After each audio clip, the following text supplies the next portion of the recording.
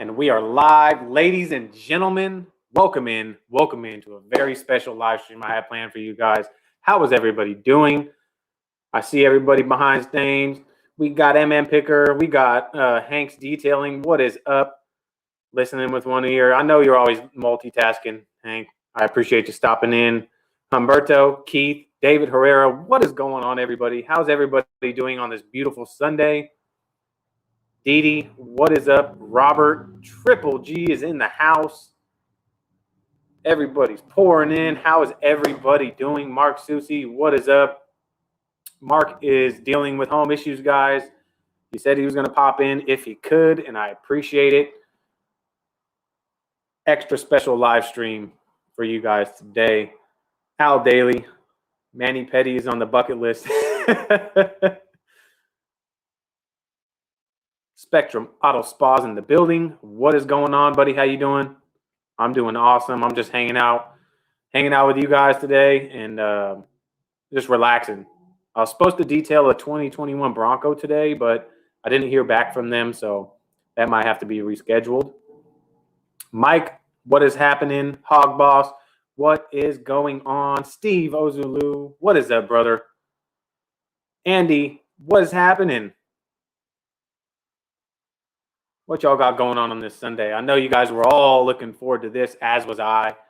I have the butterflies. I'm just excited. This is awesome. Can I get a quick audio and visual check? Let me know if the audio is okay. I'm trying a different frequency on my microphone in hopes that it doesn't start popping like it sometimes does. So. Cold and windy. Yeah, it's kind of windy today. It's funny. Yesterday was sunny and 75 degrees, beautiful, and today it's 50 and it's about to storm. It's insane. It's crazy. A little popping. Okay.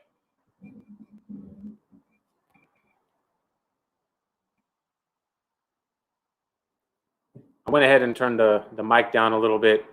I'm still trying to get used to not talking so loud.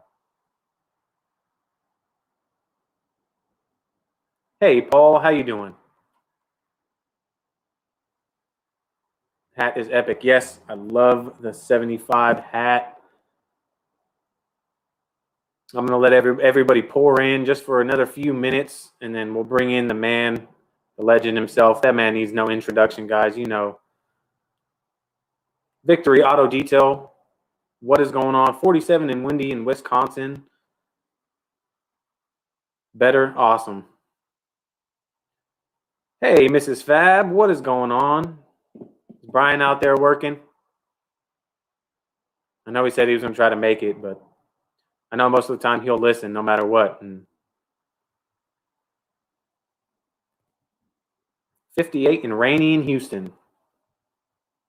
It's colder here than it is there, Dee Dee. Hey, MN Picker, how you doing, buddy? Welcome in.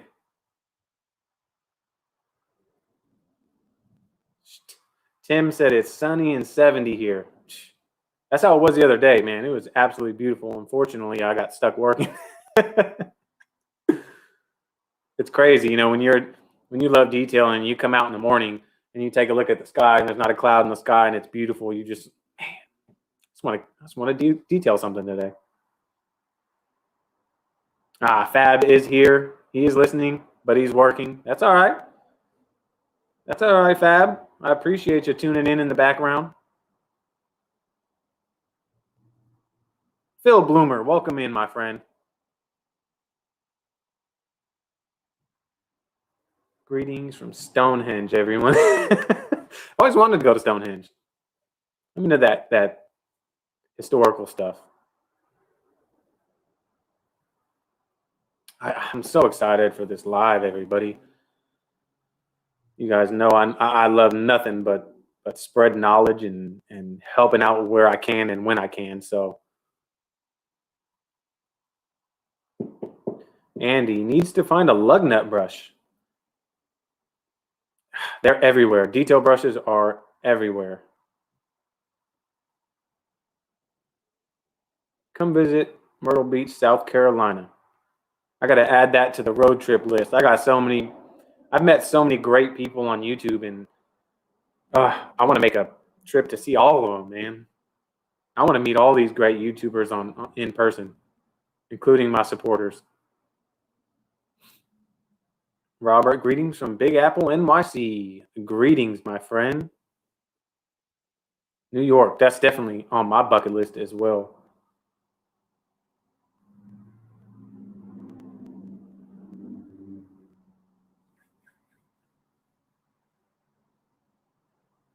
All right. In just a minute or two, I'm going to bring the legend in himself. I just want you guys to know that if you guys have questions that I accidentally miss or I don't see, feel free to ask him again. If he's already answering the question, just kind of be patient with me, and work with us. I want to get to everybody's questions. So, yeah, just be patient, and I hope you guys enjoy this live stream. And I hope there's a lot of knowledge that you guys can gain, as well as me. I'm trying to gain some as well. So.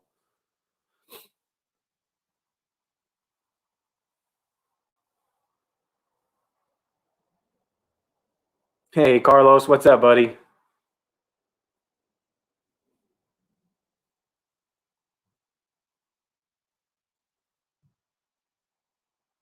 Ooh, David said he almost went fishing today and he would have missed this. Well, I'm glad you didn't. Drayton Detailing, what is going on, brother? Hope you're doing well. I've only just finished up this Range Rover.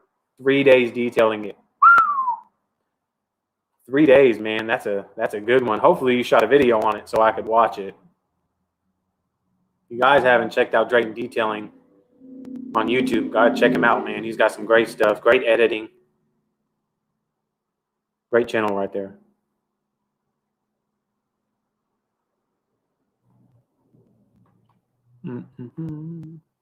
Al Sandro, that man puts me to sleep. When I watch his videos, they're just so relaxing.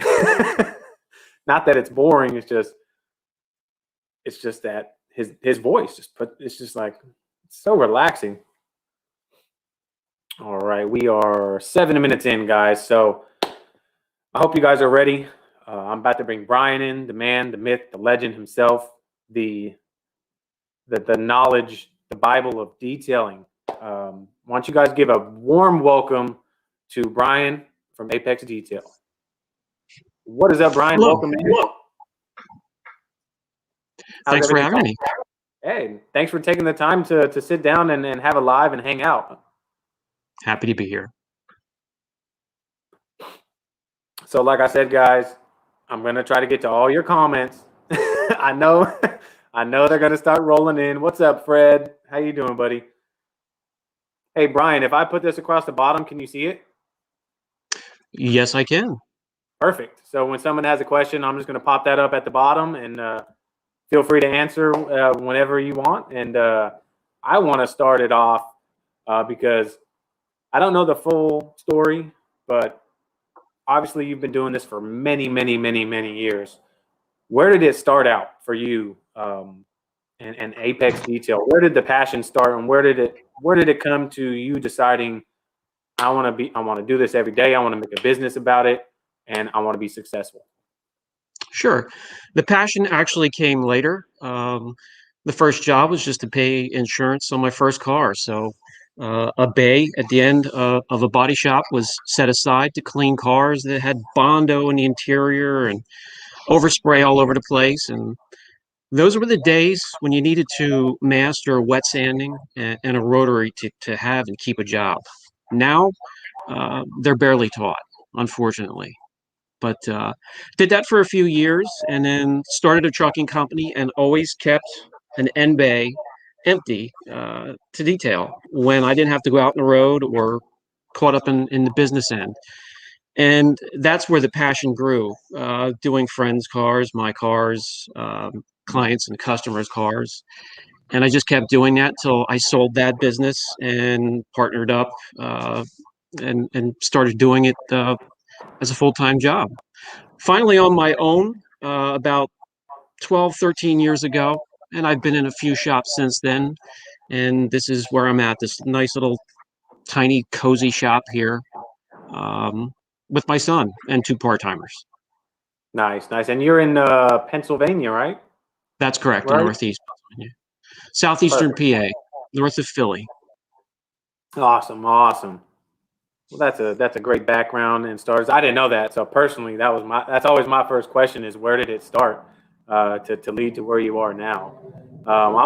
People are already dropping questions in.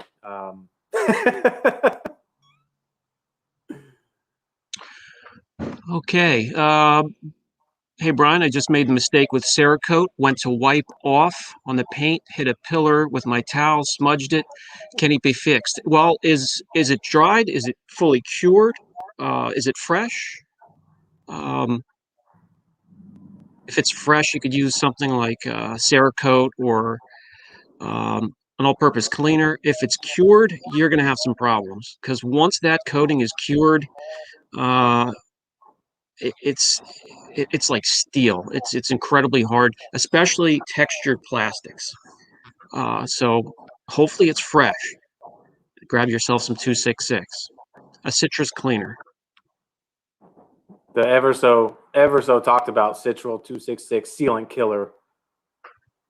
It has many purposes. It's quite expensive, especially if you have to order online. But luckily, I have an ag center and a diesel mechanic shop that keep it in stock and sell it by the case, and then it works out to be a little over $8 a can. But yeah, it's a do-it-all for me here. I need to pick some up and give that a try. Brian, what do you do with so many product leftovers? Well, they're taking up about 3 or 4 closetfuls, and when I do get somebody that I'm bringing into the industry and they're starting to grow, I donate those products to them so they can get started and worry about other areas of overhead other than product. Hey, Brian. Yes, that would be great. I'd love to meet up with you once again. It's been too long already. Hopefully things can get back to normal soon where we can all get together again. That'd be great. Definitely, definitely. If it wasn't for COVID, I'm pretty sure we all would have met in that turtle wax event, which. Yes, yeah. Maybe in a year or two, fingers crossed. I do want to start training here again. And, with the vaccine a little bit more readily available, and if we can socially distance, I'd like to start that back up, do that 3 times a year again, maybe more.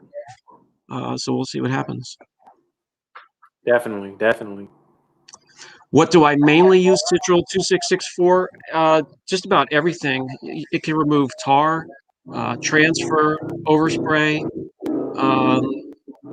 You can use it in interior if you have scuffs from your feet coming out of the sills, plastic textured trim. Just whatever you use it on, just be sure to flush it afterwards or use clean water and flush the area because if you let it sit there and dwell, you could be asking for trouble. Nice. So if, like, for instance, you use it on like an interior panel, maybe follow it up with like a wet separate microfiber to kind of. Sure, a damp microfiber follow up and you'll be in good shape. Perfect, perfect. What's up, Rick? Rick from Rad Garage in the building. Matt Duffy, what's happening, everybody? I like that mule cut, Brian. Isn't that great? I love a mule, man. I love them. Not quite what I want in it yet, but that time of the evening is coming shortly. Exactly, exactly. Like I had to take a break from inside playing a racing game with my son and my daughter. Which one? She's got a Nintendo Switch, and we got her the Cars game. So my son loves Lightning McQueen, and every time we turn that game on, he's got to be Lightning McQueen, and he's got to race. Hey, even in my older age, I'm still a gamer too, and will be for the foreseeable future. Now, the time to get onto a console or a PC to do that nowadays. Oh yeah, that's rare. That's very rare. Rick said he's only here to see his banner. I think it's only right. I should show everybody. Woo! Look at it's Rick. You should feel special, man. That's the first banner on my new wall. I got to get one of those crisp new Apex banners. Absolutely. We can handle that for you. Yeah, absolutely. We'll definitely talk about it. Man. What's up, Mike? So let me ask you this.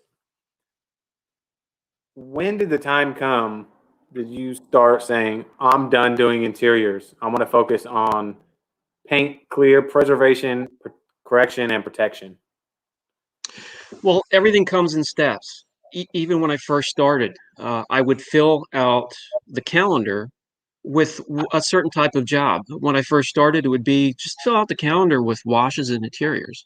And when that filled up, you can graduate, step up to adding a one-step, uh, an enhancement, multi-step corrections. And once you fill up your calendar with that, you can weed out, the old packages you have, and that just progresses. And when you get up into coatings and wraps and PPF, and it just you fill up the calendar, you're going to flush all the other stuff out, and that's how you progress. Yep. Because the more I do interiors, the more I do not care for them. Yeah. I dread them as much as I do windows, and we still protect them. So we can get a package or two where they're included, and we'll do a complimentary. We'll do a vac and a wipe down, but no mommy vans or crayons and candy stuck in the carpet. That's a thing of the past. Oh yeah, you hear that, Dee Dee? No Chrysler Pacificas. So do you still sell shirts? Spectrum Auto Spa is interested. Yes, down below on YouTube, Teespring account. And there are quite a few pages within Teespring. So if you scroll all the way down through the first grouping of T-shirts, which are old and I wouldn't even recommend anymore, you'll come across the newer designs and some of the catchphrases we have on the channel. So yeah, absolutely. Sweatshirts, coffee mugs, cell phone holders, all that stuff. What about mule cups? Do you have any Apex mule cups? That's mine. There's only one, huh? Just one. Ah, that's good. That's good. Let's see. Who did I just see pop in? DRD, what is up? Glove Box, Brad with Glove Box Detailing is in here. What is happening? How you doing, buddy? Shine your light. You love doing windows? Lies. That's all lies.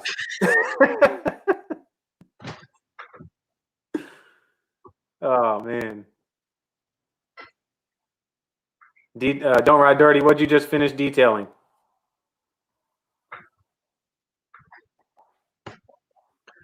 Okay, best technique to remove 2-day-old high spot, Lake Country orange pad with super light touch to keep the pad spinning faster at speed 4. A high spot from a coating, you could just do that by hand with, we keep a lot of Car Pro Essence Plus on hand, just in case there are any high spots. Normally, if you get it within the first 4 hours, you can just use a damp towel or microfiber, or grab the product again, go over it. That will reactivate it and wipe it off. If you're getting it the next day, or if a customer sees one and brings it back, just by hand grab microfiber, wrap it around your fingers, and Essence Plus should remove it.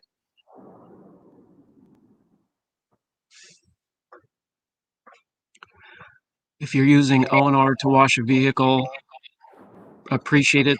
Does not remove traffic film. What would your suggestion be to remove the traffic film?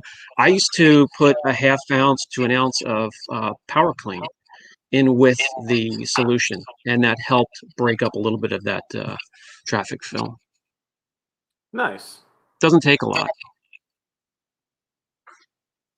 I'll definitely check that out, DRD. Matt Duffy said, where's Junior at? He's home. We just had a long day here, so he's finally home and taking care of the pupper, our 4-legged little friend. What kind of dog do you have? She's a Bernese. Oh, okay. Okay. The shop manager. The shop manager. Yeah. I think I've seen in a couple of videos. She just kind of supervises, right? Definitely.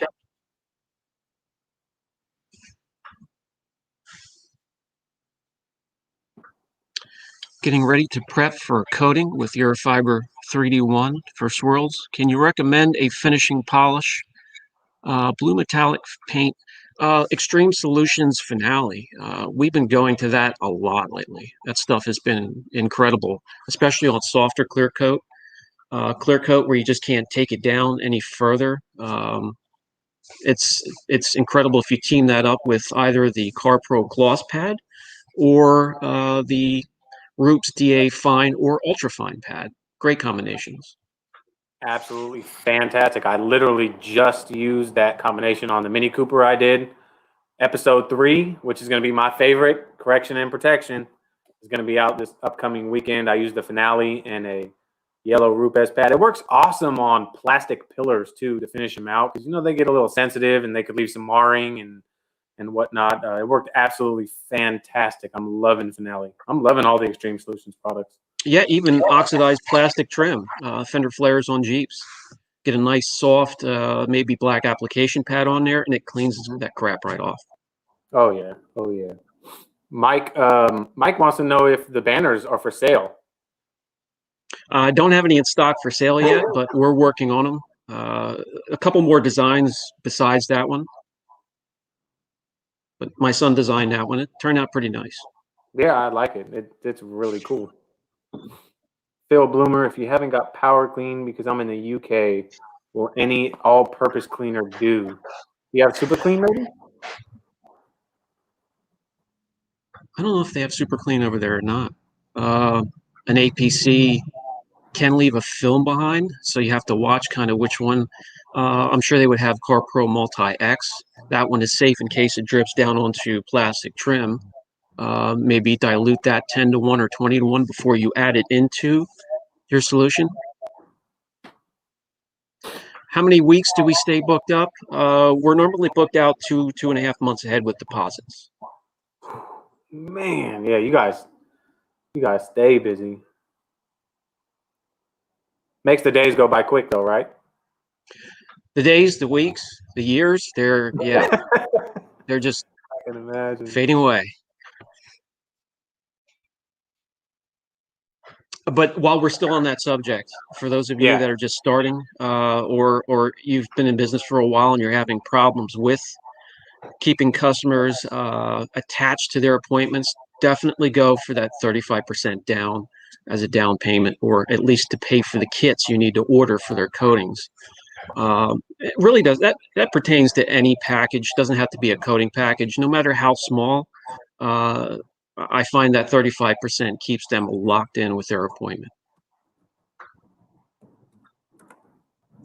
Can you tell what kind of clear is on a car, hard, medium, soft?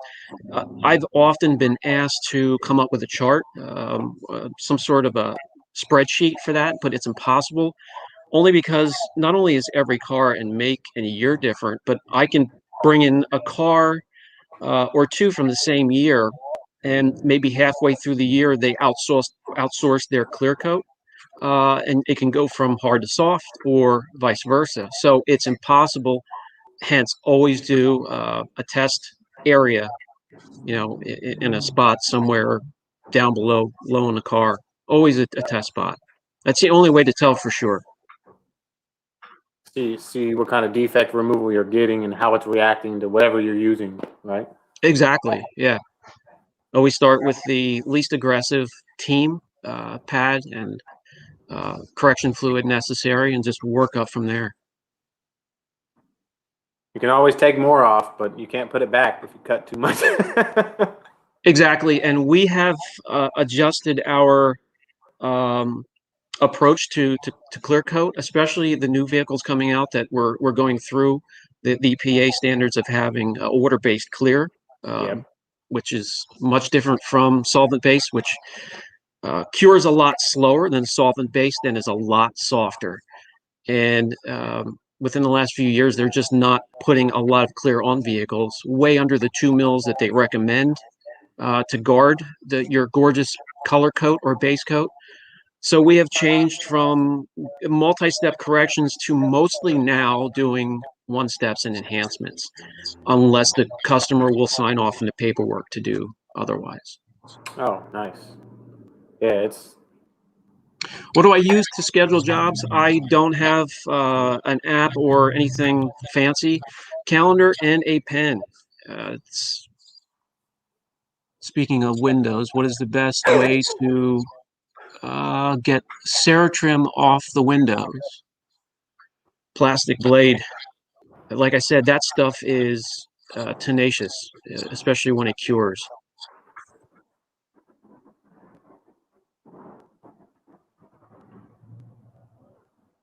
Let's see. Like I said, guys, I'm gonna try to get to all of your questions, but the more that people pour in, multitasking. I am multitasking. I'm soaking up knowledge at the same time. I'm trying to get you guys knowledge as well.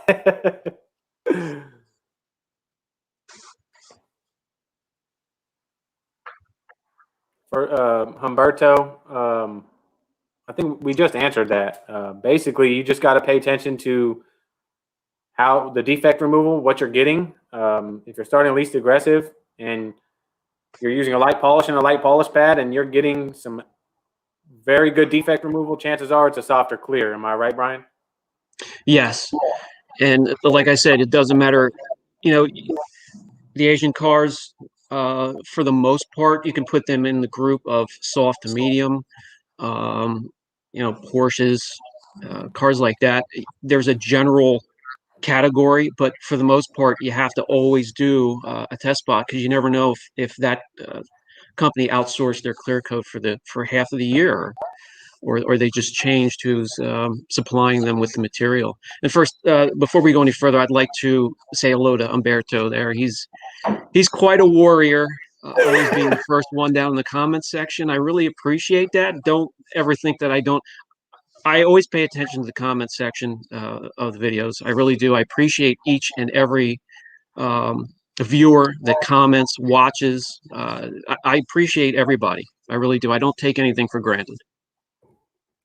Will you be teaching classes? Yes. I mentioned talking a couple of minutes before we started. With COVID starting to get a little bit, maybe under control with some of the vaccines available, and if we can do some safe distancing, I'm going to start the classes here at the shop again. We were doing 3 a year. I'd like to bump that up and do more. It's a Saturday and a Sunday from 10 to 6, and we start from the first hour of the session will be washes, and then we end with wet sanding, the rotary, and coatings. Awesome. I still want to learn the rotary. I didn't.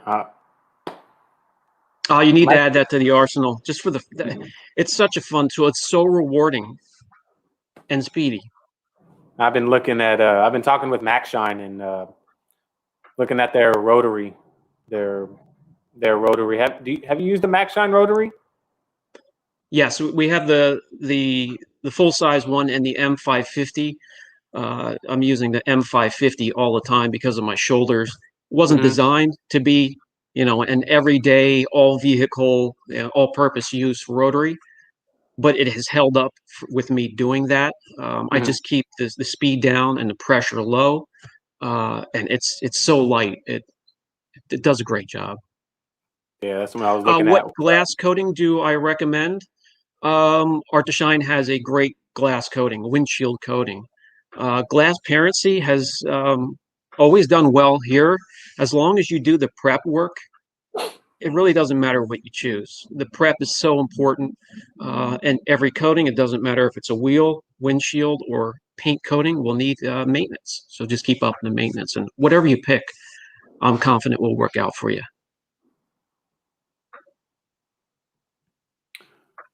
Before I stored my car for the winter, I stored my car for the winter. Before I did that, I applied Car Pro 3.0 and Gliss. Now that spring is here, what do I recommend? Car Pro Reset to get that thing nice and clean, squeaky clean. I find their coatings work well with just about any topper. You don't have to use their designated topper. So if you have one, use it up. They play well with other products. So what do you suggest for an all-in-one for black paint? There are There are a lot of good all-in-ones. Angel Wax's all-in-one is it's been around for quite some time, and it's very impressive. It does the job. It cuts, it finishes, and if you're looking for that SiO2 protection left behind, it will definitely get that done for you as well.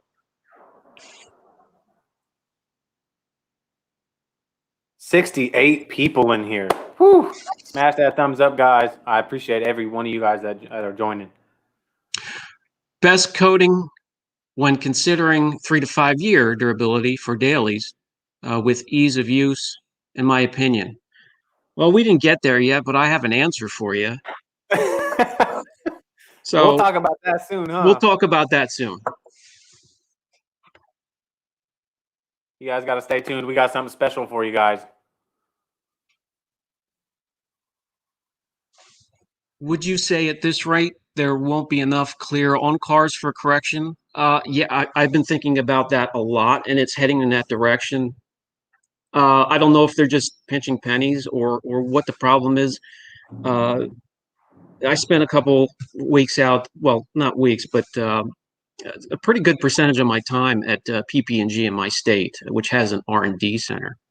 And I got to see clear coat and base coat underneath it after an acceleration, after scrubbers, and they generally want 2 mils of the clear on top of that base coat to protect, and we're not getting it. We're getting less and less every year. The best way to do it is just adjust and do mostly one steps and enhancements, unless the customer will sign off, and you can go further. Jerry, they're off. Okay, what's my opinion on Extreme Solutions? They came out of nowhere for me a couple of years ago. I started using one product, and I like that, so I tried another one, and I like that. And they do have a lot of products. They have great products, and they're effective, and they are economical. And that's important if you're doing this for a business. I highly recommend.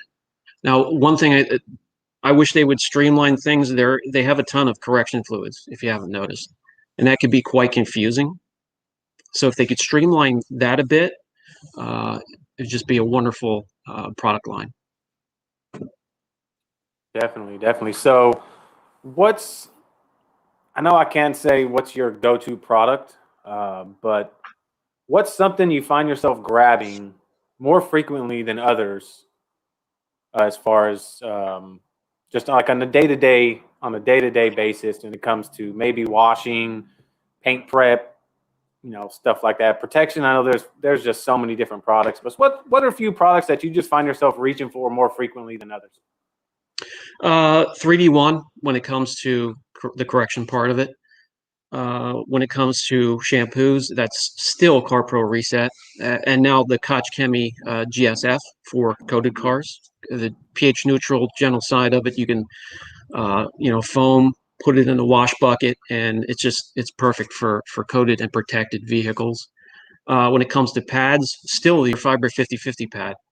And then just switching, if I need something more aggressive, it's going to be the Lake Country wool pads, their hybrid pad or their low lint lamb's wool pad. Mm-hmm. And then also to finish, it's going to be that CarPro gloss pad or the Roops ultra fine and fine DA pads. I've been really loving the Roops pads, the white and yellow. Yes. Yep. Really loving those. What's up, Jordan? I'm glad you can make it in, man. Hopefully that wrist is healing up. Yeah, I got to try some Koch Chemie. I don't know. I don't think that's how you pronounce it, but. No, I don't think I pronounce anything right, to tell you the truth. But what counts to me is, does it work? And I'll show you that in my videos. I'll just let the comments correct me down below. Exactly. All the keyboard warriors, right? Now. Yep. I love them too. I have guys that subscribe just to give me that thumbs down within the first 5 minutes. They hit the subscribe notification button. I love them too. Oh man, hey, a thumbs down is just as good as a thumbs up, man. It's an interaction. Yep. Any interaction helps the channel. Absolutely. I had some guy get mad at me because It was on my It was just comparing the M15 Pro and the G9, and it was just talking about both polishers and putting them on the paint. And this guy just like got so upset at the fact that I talked for 10 minutes before I put them on the paint.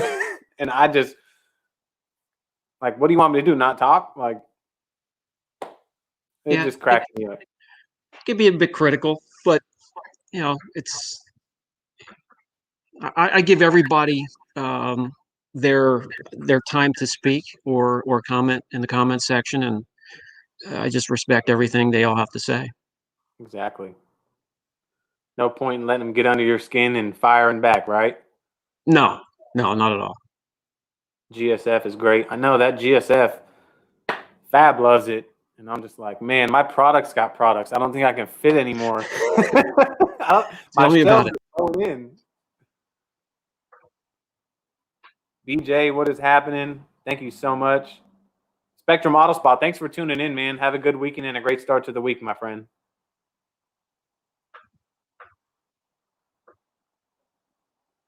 BJ, I learned from a lot. You guys, if you haven't, I know a lot of you guys on here already know about Brian with Apex, but if you haven't, go check out his channel on YouTube and just be prepared to soak up knowledge, because I have learned so much from him and his channel. It's unbelievable. When I first started, it was Brian with Apex, Brian with Fab, and I don't want to mention the other one because he fell off, and I just don't want to mention that. But I did learn from him as well. So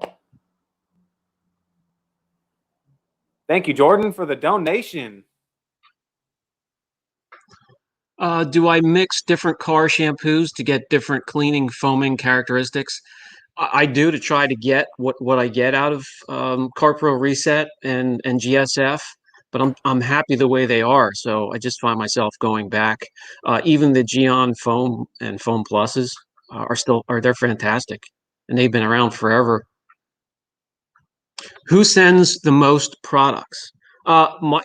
So I can let you guys in on this. When it comes to shipping and receiving, I let my son take care of that, because we do order a lot of products and we do get a lot of stuff gratuitous, sent for reviews.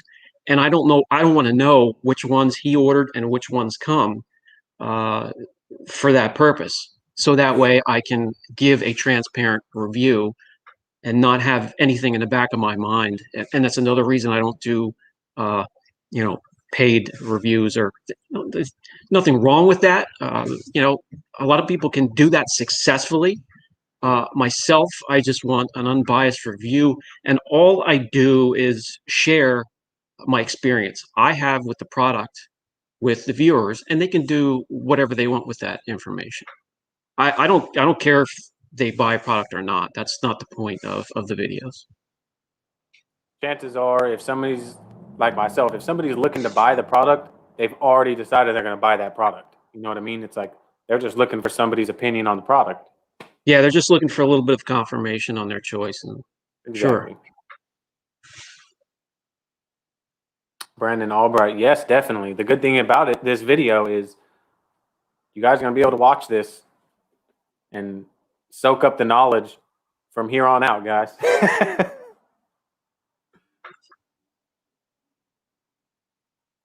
Cash the Cool Dad, welcome in, man. He's on the lake with the family, but had to hop in. I appreciate you stopping in, man, when you're out with your family. Family time is important time, so I really appreciate you stopping in, man. Really, really. That it is. Get that family time when you can. Definitely.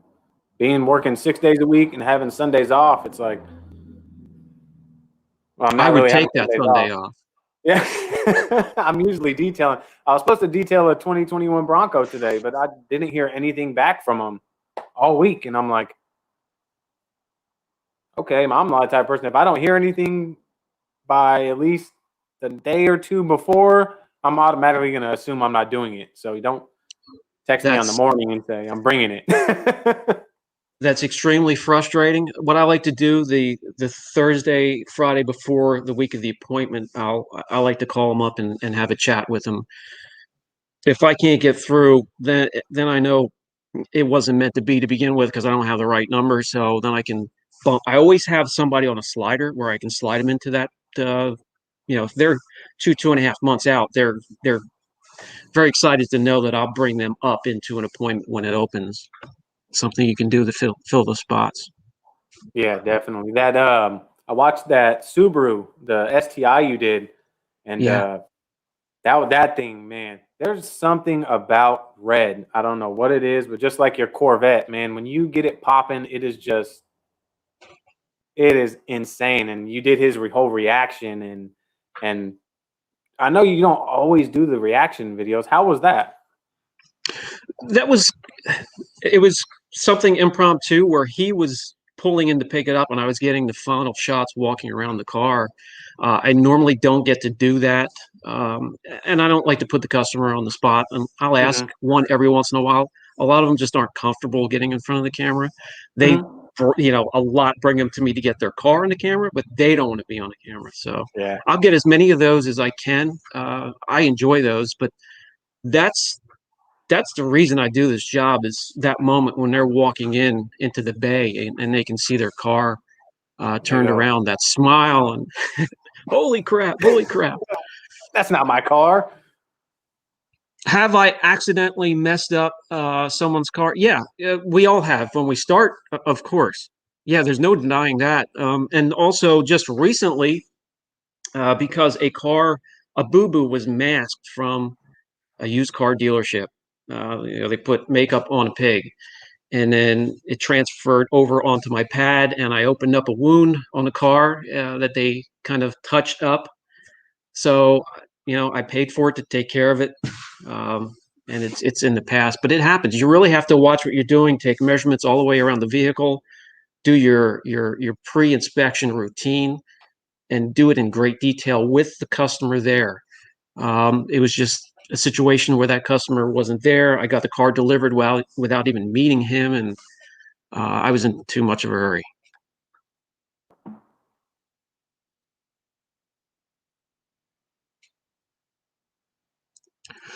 Which products from the UK have impressed me besides Build Hamber? Uh, if if somebody could tell me the correct way to say it, the Kutch Chemi is impressive, or Cook Chemi. I don't know. I've heard like 4 different iterations. I don't know. Yeah, all of them. There are products from just about every product line that I have tried, and I've tried what I think to be just about all of them. But there are gems in every one of those. So I could say yes to that with confidence.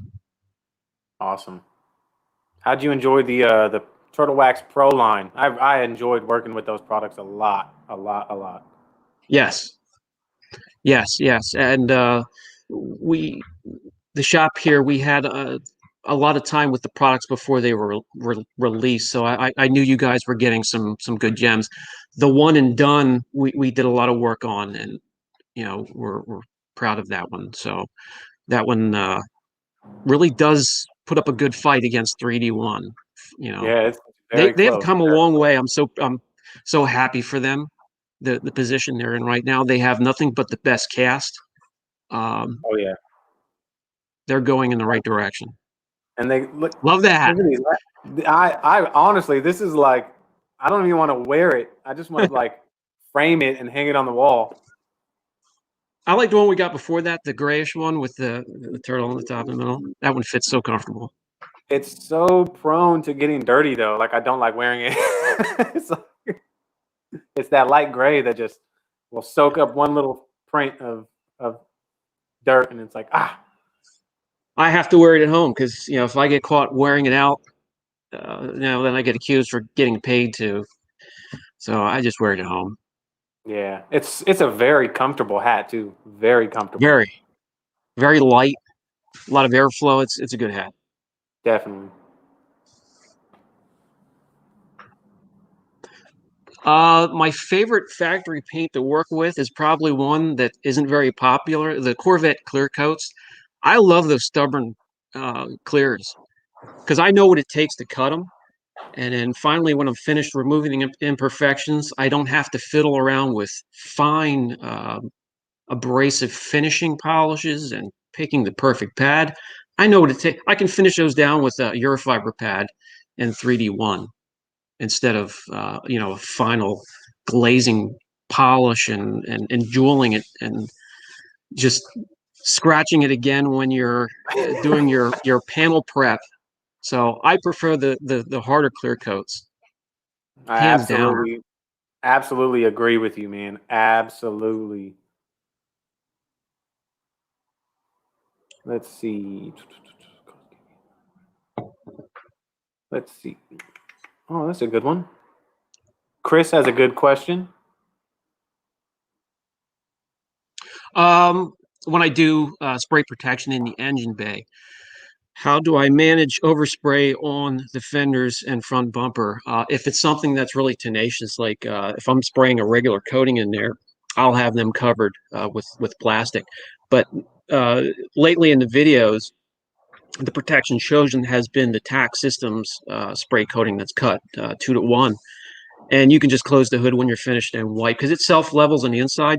Just close the hood and wipe the fenders, and it comes right off with a damp microfiber. If you get it fresh. If you let it cure, then that's a different story.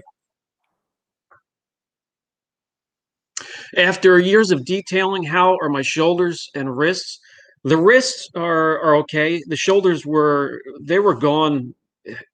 I used to pull them out of socket playing football. I was cornerback and free safety, and I did that a couple times, and they have not been the same since. So they're very sensitive.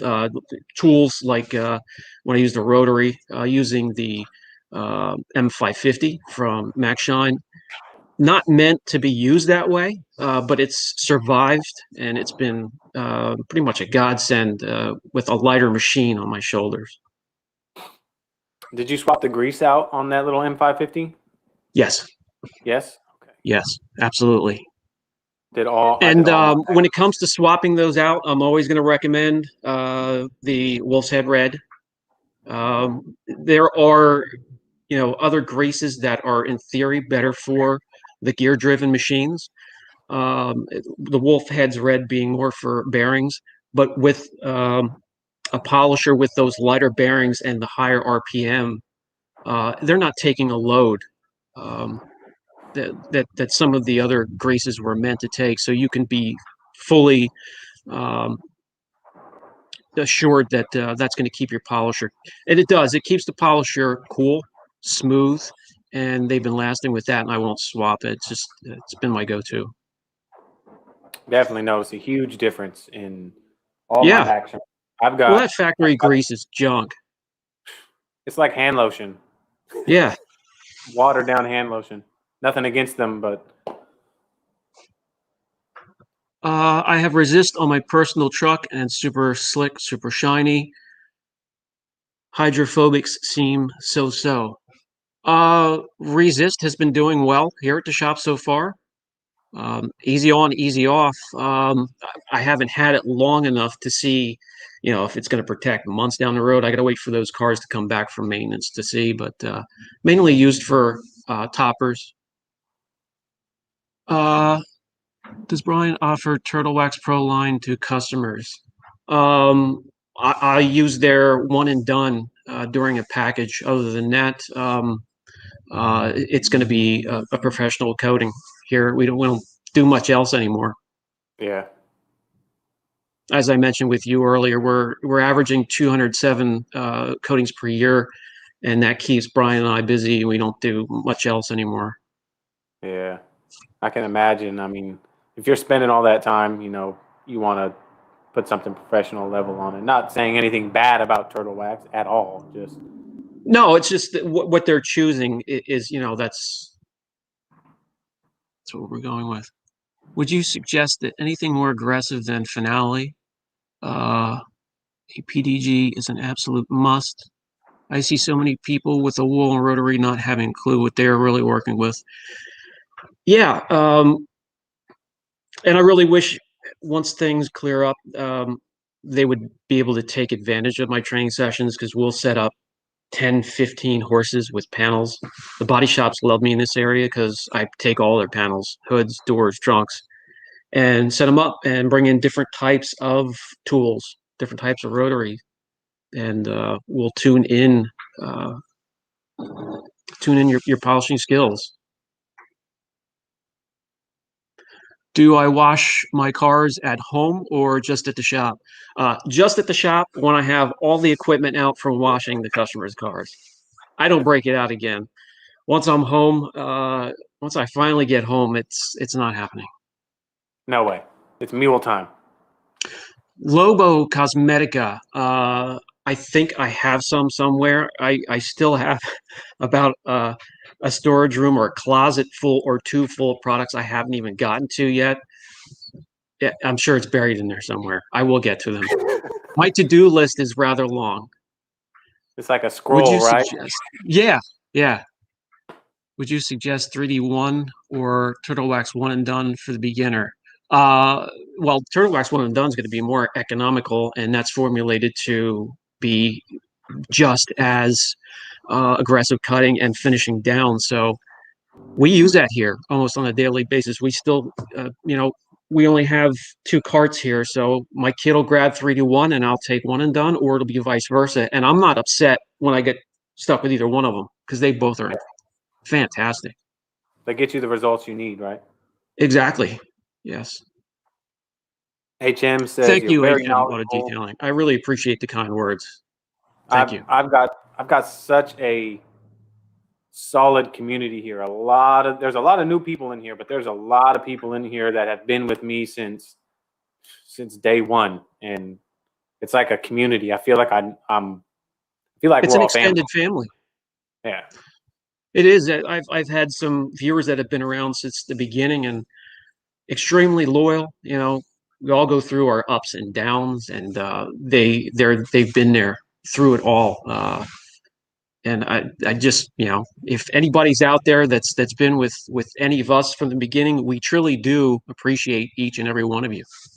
Absolutely. I'm not just making up that line. At the end of my videos, I really do. Yeah, definitely. Absolutely. I know we say it in every video. It's because we mean it. Yeah. Is my Chicago Electric still going? That one there, we finally retired. Yeah.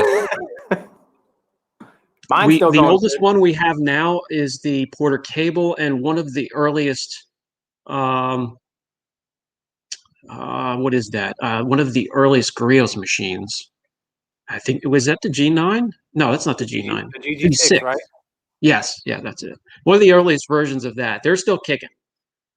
But we like to keep those 8mm throw entry level polishers around for finishing, jeweling, and then we bring somebody new in to train them. It's an excellent polisher to get started on. Definitely. Well, that's a great question. I love that question. How many times can you paint correct the same car? I'll say it over and over. Get it where you want it, and that's it. So one and done. No, if you want to grab something like Angel Wax Perfect Polish or a polish cleaner to clean up light marring, say, or maybe even Car Pro Essence Plus to clean up some love marks. You could do that maybe once every year or two. But when it comes to heavy duty correction, one and done. Are there colors you find more difficult to correct than others? Well, we get parades of the color black in our shop, and I mean it comes in 10 or 12 in a row. So I wouldn't say difficult because they come just like any other car with hard and soft clear coat. The black soft clear coats are the ones that drive me crazy. Yeah. I'm telling you, I had a Honda Fit from hell, man. It was black, and man, yeah, they're a nightmare. Most of my family in here gives me hell for it still about the Honda Fit that took me almost 2 days to do, and I was using the one and done on it, and it was when you're just scratching them doing the coating process. there's nothing worse. It turned out awesome. What is a good product for convertible plastic back windows? Any cleaner polish, and you can even use just keep your dual action or orbital on low.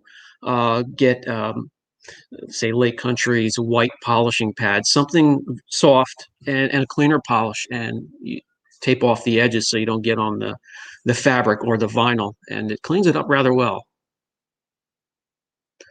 Have I tried Carchem products from the UK? Carchem, that does not ring a bell. I don't think I have, or I don't think I have them back in the storage units either.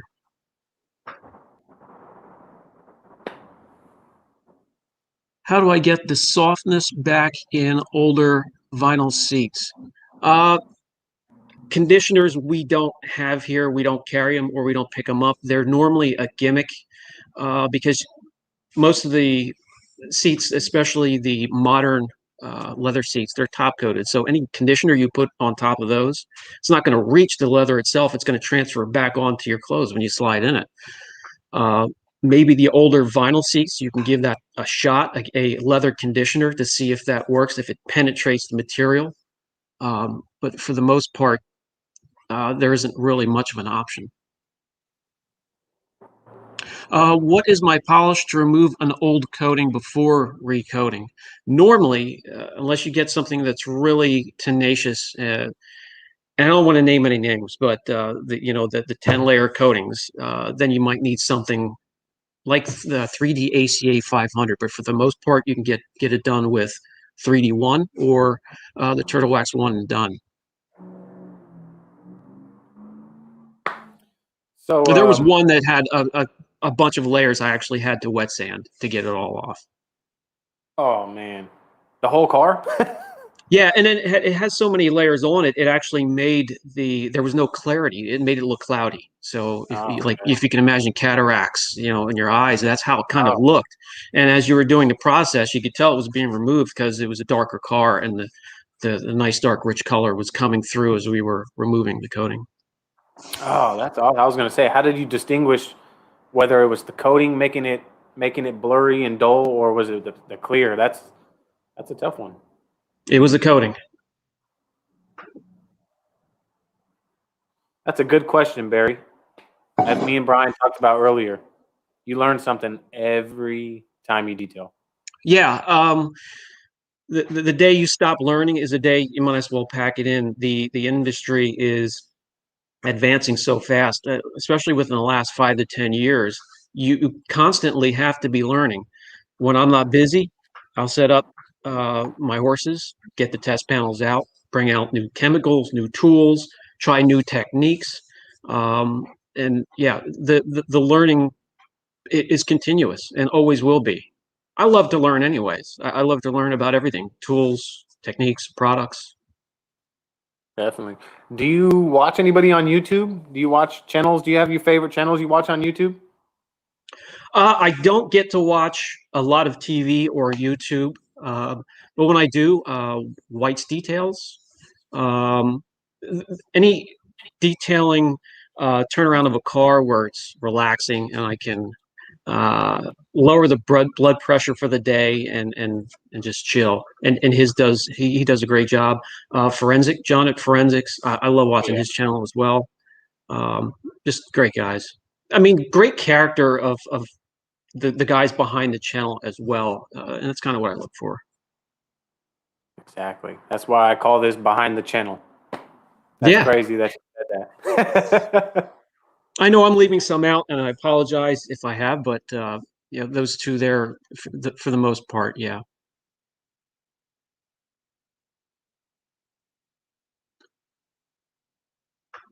The Magnum Wax.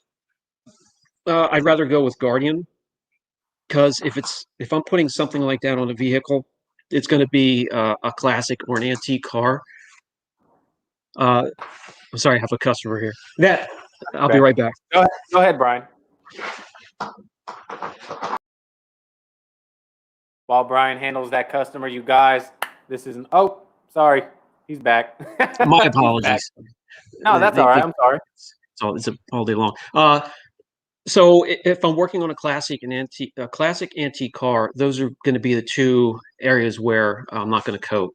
They're just the single stage is too absorbent. I know a lot of people coat cars that are single stage, but I like to stick with a polymer sealant or an acrylic form of protection. So that's what I'm getting at. I would reach for Guardian instead because it has acrylic instead of a ton of carnauba. It has just a little bit less carnauba to interfere. what's recommended to get the most gloss on a white car? Oh, I'm sorry. Whoops. Sorry, Oop. guys. My thumb hit the button. Gloss on the white car. Well, that comes from Extreme Solutions, and I'll let Eric talk about that. Well, oh wait, whoops. So we're on the white car. Yes, Finale. brings out the highest gloss on a white car. Helios. Helios. Yep, I would that's say the Helios. one. I fell in love with it. I actually used it on the Mini Cooper. I was talking with Aaron, and I asked him, should I use 403 or should I use 404? It's not like a dark blue, but it's not like a light blue. And he said, use Helios. If you're not focused on the acrylic and the filling abilities, and you just want to just give it that little, what he calls the fourth dimension. That's what Aaron calls it. Man, yeah, because it does take something extra to make those colors pop. The whites, the champagnes, the silvers, the grays, and yeah, the Helios gets it done. it's insane. It doesn't gum up your pad. There's nothing to wipe off. It's just I've never used anything like it, honestly. User friendly. Very, very, and it's really, really slick too. I was kind of impressed at the slickness. I agree. Rick, your videos are fantastic, and we all know that. Have you ever checked out Rad Garage, Brian? I know you say you don't have much downtime, but No, I would love a link. Send me a link. I will send you a link. I'd be happy to I've support. got Rick with Rad and Chromatic is another just. It's all. I swear, at night when I'm ready to wind down and relax, like you said, lower the blood pressure, I'll watch Rick's videos. Chromatic. I mean, I wish I could edit like. I mean, their editing and the music is just. I mean, it just calms you down. I wish I had time, and I wish I could put more effort into the editing process. I try to keep everything simple. For me, it's the most important part is getting my information across and sharing that. I mean, maybe who knows? Maybe I should put more time into the editing, but what you see is kind of what you get for now. The most important part is that everybody understands what I'm trying to share with them. Oh, absolutely. And I mean, there's nothing more rewarding or respectable about just getting to the point and knowledge. And everybody, I mean, that's what you get with my channel. It's a no frills channel. Exactly. And I have to thank your channel for the knowledge. I mean, like I said, I've learned a lot from your channel. And it's funny because there's a lot of different channels out there that have totally different, I would call it genres of detailing. And I enjoy one just as much as the other, if that makes any sense. Yeah, it's great. We all have our different style of getting our point and information across to you guys. I just don't like to waste, the viewer's time or mine. So I'll just jump into a video, get right to it, and hop back out. And here lately, I have been adding a little bit of music, hopefully the relaxing kind to go with the commentary. But other than that, I don't go crazy with the other stuff. I just don't think it's needed. I just want to get across what I think is important for the viewer. How much time do I spend weekly uploading and editing? Well, if you haven't noticed, I've stepped back a little bit from a video every day to every 2 days to every 3 days. And now, since I stepped back to, every 2 or 3 days, the quality will get better. The content will get better. It takes up a lot of time. I can record easily because it's normally while I'm working anyway. It's the editing, uploading, and then keywords and titles and all this other fun stuff that I don't enjoy. So it takes up a large portion of the day. We'll get home late to begin with, and it's normally 11:30, 12 o'clock by the time we're done with the YouTube stuff. When coding, I find myself starting to do larger areas instead of 2x2 squares. Simply ask, do I need to get back? It depends on what coating you're using, and we can talk about that a little bit later. But there are some coatings where you can get away with doing a whole front clip and coming back to it. There are some coatings out there that you need to wait 12, 13 minutes before you start to wipe off the transfer solution. So it depends highly on what coating you're using. Avalon King Armor Shield LX. I applied it to one of our auction cars. It doesn't get driven a lot, so I'm going to hold my thoughts on that coating until it gets beat up a bit and I could test its durability. Right now, the car I have it applied to is just setting, and it's, you know, it's not quite fair to judge it on that. Do I have customers who do not want a coating? If so, what do I use for protection? Well, within the last 2 years, we just do coatings. Before that, it would be a polymer sealant or acrylic. Acrylic protection is going to be my favorite, right below ceramic, graphene, titanium, or all of those other coatings. So acrylic it's still high on my list. Clear coat is acrylic. It contains acrylics in it. It's a form of plastic on the outside of your car. So any acrylic product you use, protection, whether it's an all-in-one or just straight up a product like Guardian that has acrylics and a little bit of carnauba, it's going to bond very well to. It's like it's bonding to itself. More acrylic. What's with the mule? Well, for the most part, it contains one of my favorite beverages, just not right now, not yet. But it keeps drinks cool. I don't know how or why, but I just like it. Must be the gold. The copper. Is that copper ceramic coated? I'm just kidding. No, but now you have me thinking. This may be a late night. I think it can use some protection. I think so too. Some polishing for sure. Polisher.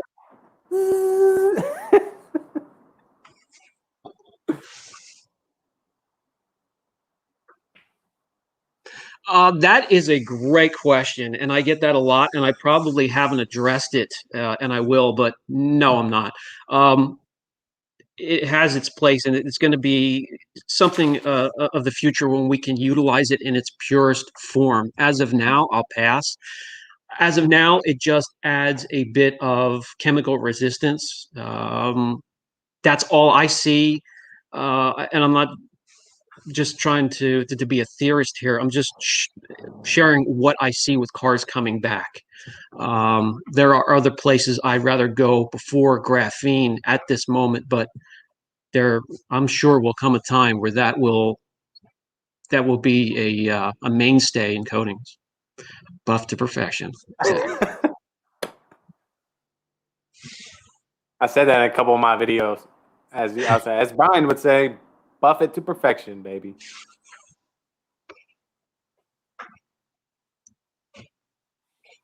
If you should only really correct the car once to save the clear, but need to polish the coating every 1 to 3 years, how do you do it with avoiding being too aggressive and remove the coating? You can pretty much, if you've been doing it for a while, you can do it just by feel. The way the pad is making contact to the surface, you can feel when that coating's removed and you're on clear coat, you're going to get a little bit more of a grab, and that's going to take some time before you get that feel. You should also be able to see it, especially if you're working on a darker car. You're going to see with that, it's going to be a little bit, an older coating is going to get cloudy, it's going to yellow, and when you're removing that, you're going to get to a nice, clear, rich color again, and you'll see where you removed it and where it's still remaining.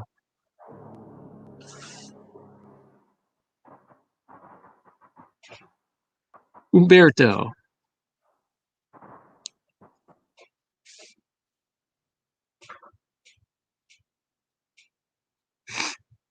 Yes, absolutely. And I change the grease in all of my machines. Just like I said earlier, the Wolf's Head keeps them nice and cool and smooth, and they last. When I first started, I only had a few polishers, and I'm not going to name the name of the brand. You could probably pick that up, but I had two go down during the busiest part of my season, summertime. So when a customer's car is in your bay waiting to get done, they don't care about customer service on a polisher. They want it done. So I learned to fix my own. I learned to piece them together, tear them down, and I recommend that to everybody. Tear your polishers down. If you have an old one you're not using, tear it down to the last nut, bolt, and screw. Understand what each part does, how it's supposed to wear, and what to do if you have a problem with it. It's going to save you a lot of time and a lot of headaches. Brett Favre of detailing. How about the Dan Marino detailing? I'll take that one. Or Dan Marino. What's your favorite graphene coating and most user friendly? That's a good one. Graphene coating. Art to Shine's graphene coating. I know I mentioned their name a lot, but I've tested a lot of products, and they hit all the sweet spots when it comes to what I'm looking for at the shop. That may not translate as to what you're looking for in your environment. That could be a completely different product or coating. But right now, I'm going to have to lean towards the Art to Shine's graphene coating. I applied it. I've had that one the longest, and cars coming back with that on just look fantastic. Do I think paste wax is dead with all the new products coming out? There's always going to be a spot on my shelf for those, for the classic and antiques. What I'll put that on top of the acrylic and head out to a show with that look, that warm glow, that dripping wet look. It's a total different look, and I'm going to keep it sticking around my shop.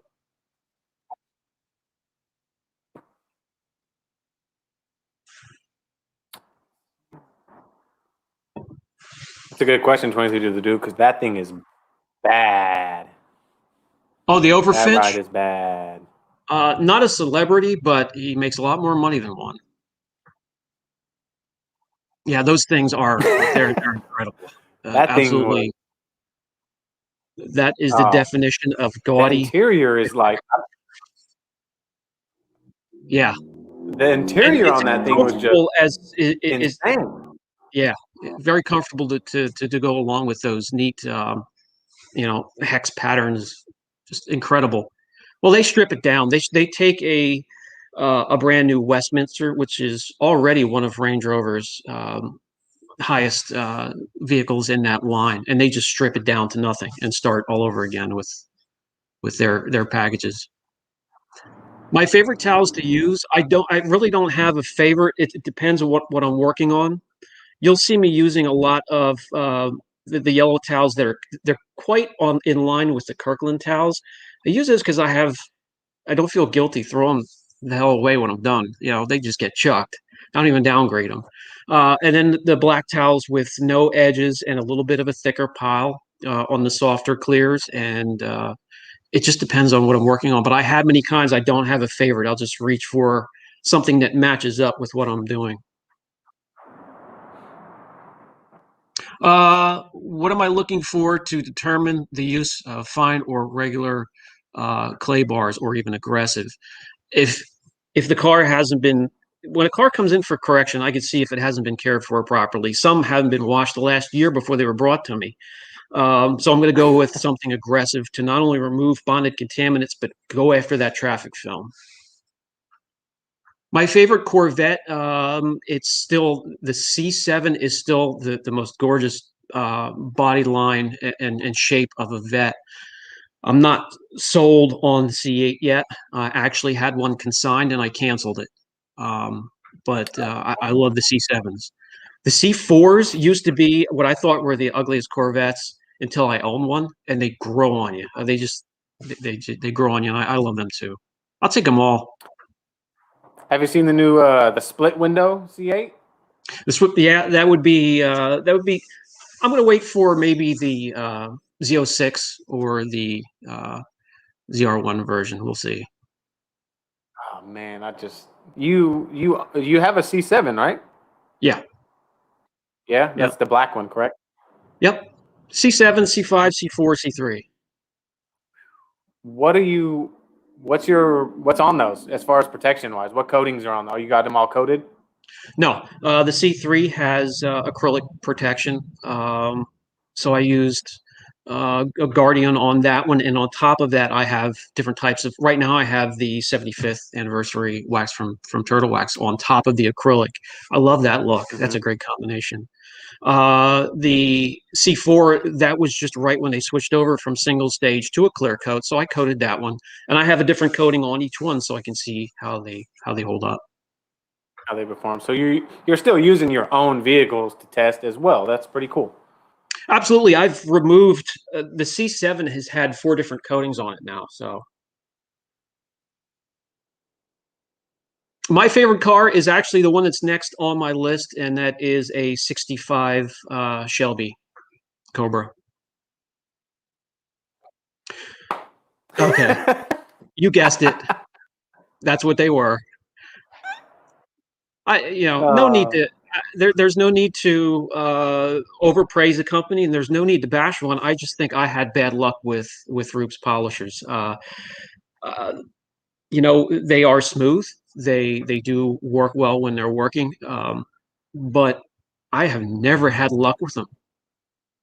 Flex polishers I've had luck with. They're pricey as well, and I have a whole row of them. You won't see me using them a ton in my videos because I really don't think it's necessary to spend all that money right when you're starting.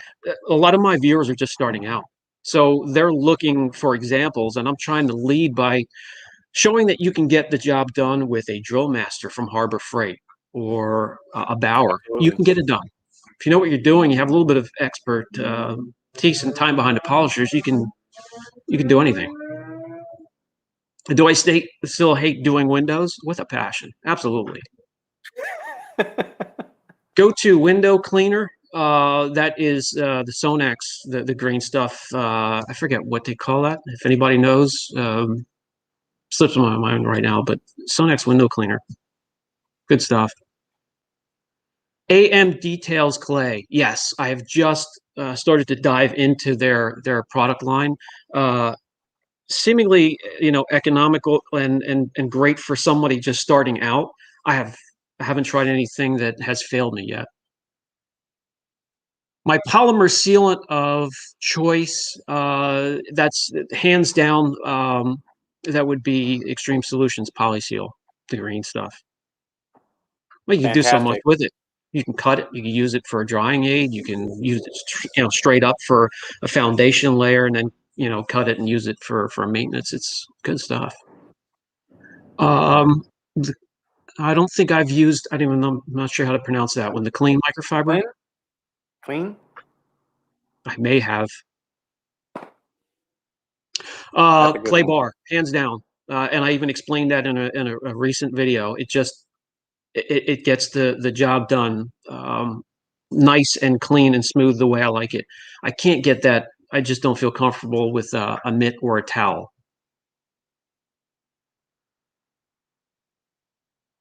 I used I did the Helios on the Mini, and then I used Polyseal, and then I topped it with Topper. And it was next level. I mean, I can't wait. I used to enjoy the auto scrub system from Nanoskin, but there's a point where that whatever polymer they're using on top of that pad, it turns quickly. It starts to stick to everything. It starts to it doesn't release the dirt anymore, and I'd rather get a clay bar, use it a couple times, throw it away. The Udos from Lake Country. Bye, Brian. Take care, Brian. I appreciate you stopping in, buddy. The Udos, I had it, and with the weight of it, I didn't use it again, so I got rid of it real quick. It is it's very versatile, being able to change it from one polisher to the next without having to go up to your rack. I don't know why, I'm just goofy the way, but I just like a polisher that does one job and does it extremely well and is lightweight and effective. I don't know how sales are doing with that unit. I can't imagine it sold a ton. Maybe it did. I could be wrong, but I could do without it. I haven't seen Aaron in here yet, and he was so excited about coming on here. I'm gonna text him.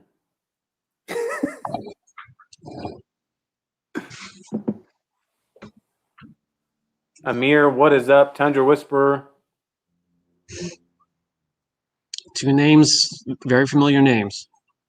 Definitely, like I said, there's definitely some new people in here, which I love, and just I just love my little community, man, and everyone. They're great. They're inquisitive. They want to learn, and it's fantastic. It's great to see that these days.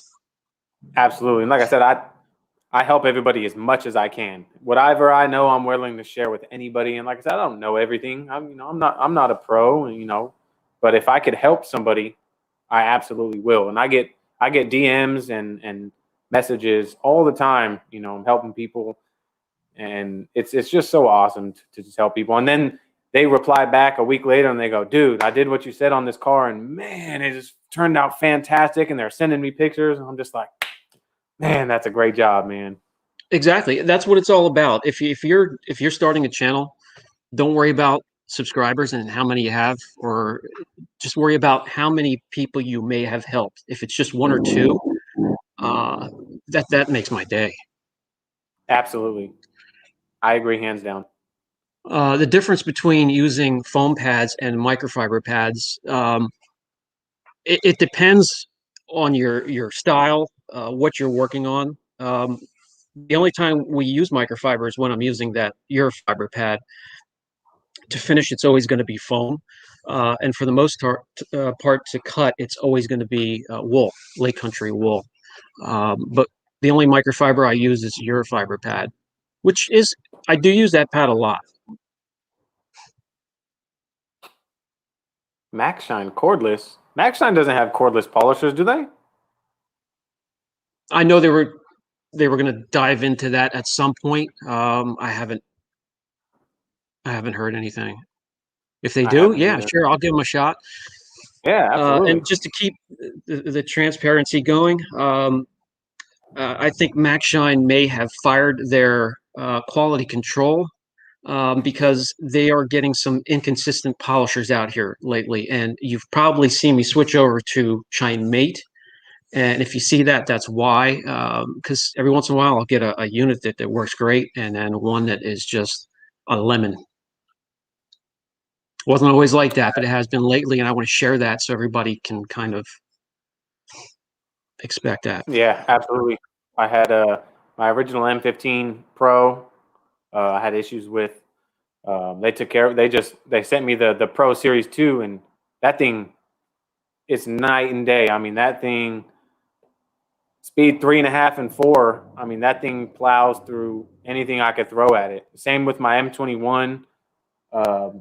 I have the Pro G, which is basically supposed to be like the Series 2, just green. But for some reason, my Series 2 down here, the black one, just blows the G out of the water, and it's crazy. Yeah, they've just been a little bit too inconsistent for me lately. The Shine Mates, though, those look like some good stuff right there. They are smooth. They definitely have the power, and so far, knock on wood, they're holding up in every way. Where can you get the tax system right now? They were working on bringing a distributor back into the States, but the only place you can get it is from Carzilla at the moment. And they have, they've been on point. I don't know if everybody experiences that, but for me, they've been on point with shipping. I get it normally within just a couple days.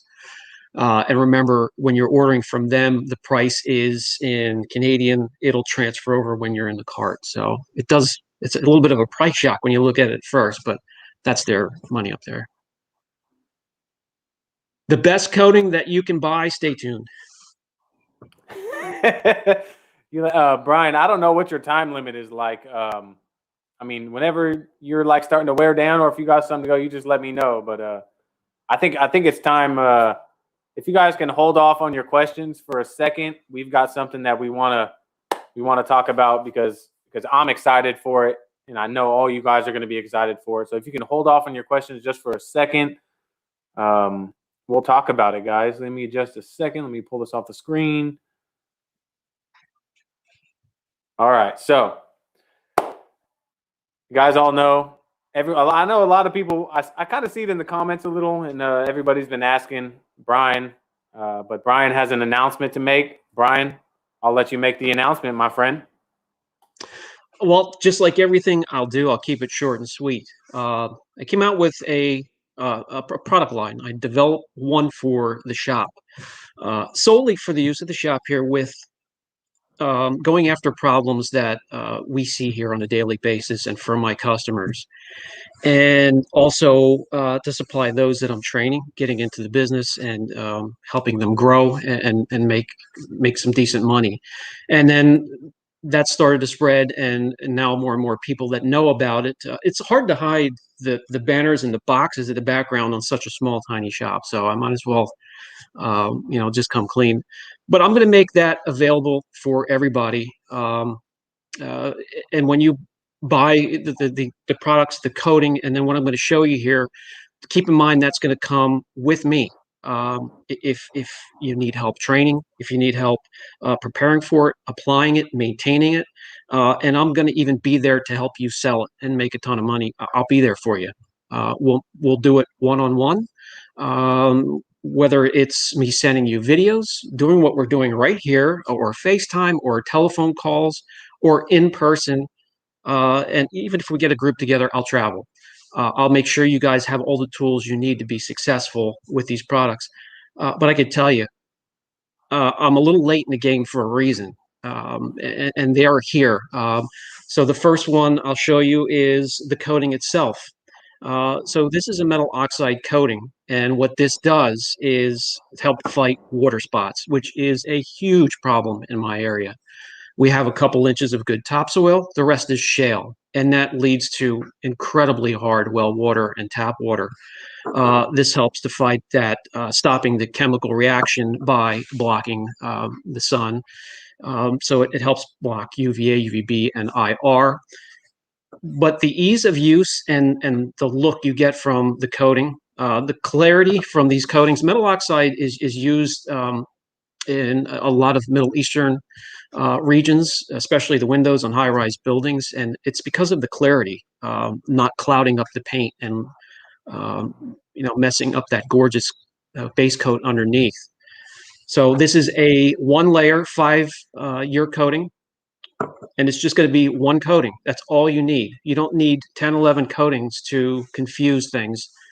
Just one coating, and you can adjust your price. And I'll show you how to do that. I'll explain all of this, and there'll be a ton of videos to follow to help be successful if you're going to use this either just on your own car or to make a living. So to go along with that, by the way, you notice it's in aluminum bottles here, and that's for a reason. And it's in even though it says 50 milliliters on here, it's a 2-ounce bottle, so it's enough to coat 3-4 cars. And sunlight cannot penetrate the bottle. That means a longer shelf life. Guys, I put the thought behind absolutely every step of this coating. So also, if you drop it, no broken glass, and your product laying on the floor, this will bounce a couple times and maybe put a dent in your container, but that's about it. To go along with it, we have this adjusted up and down the sliders that you can either make it sheet or bead. It will do both successfully without a topper.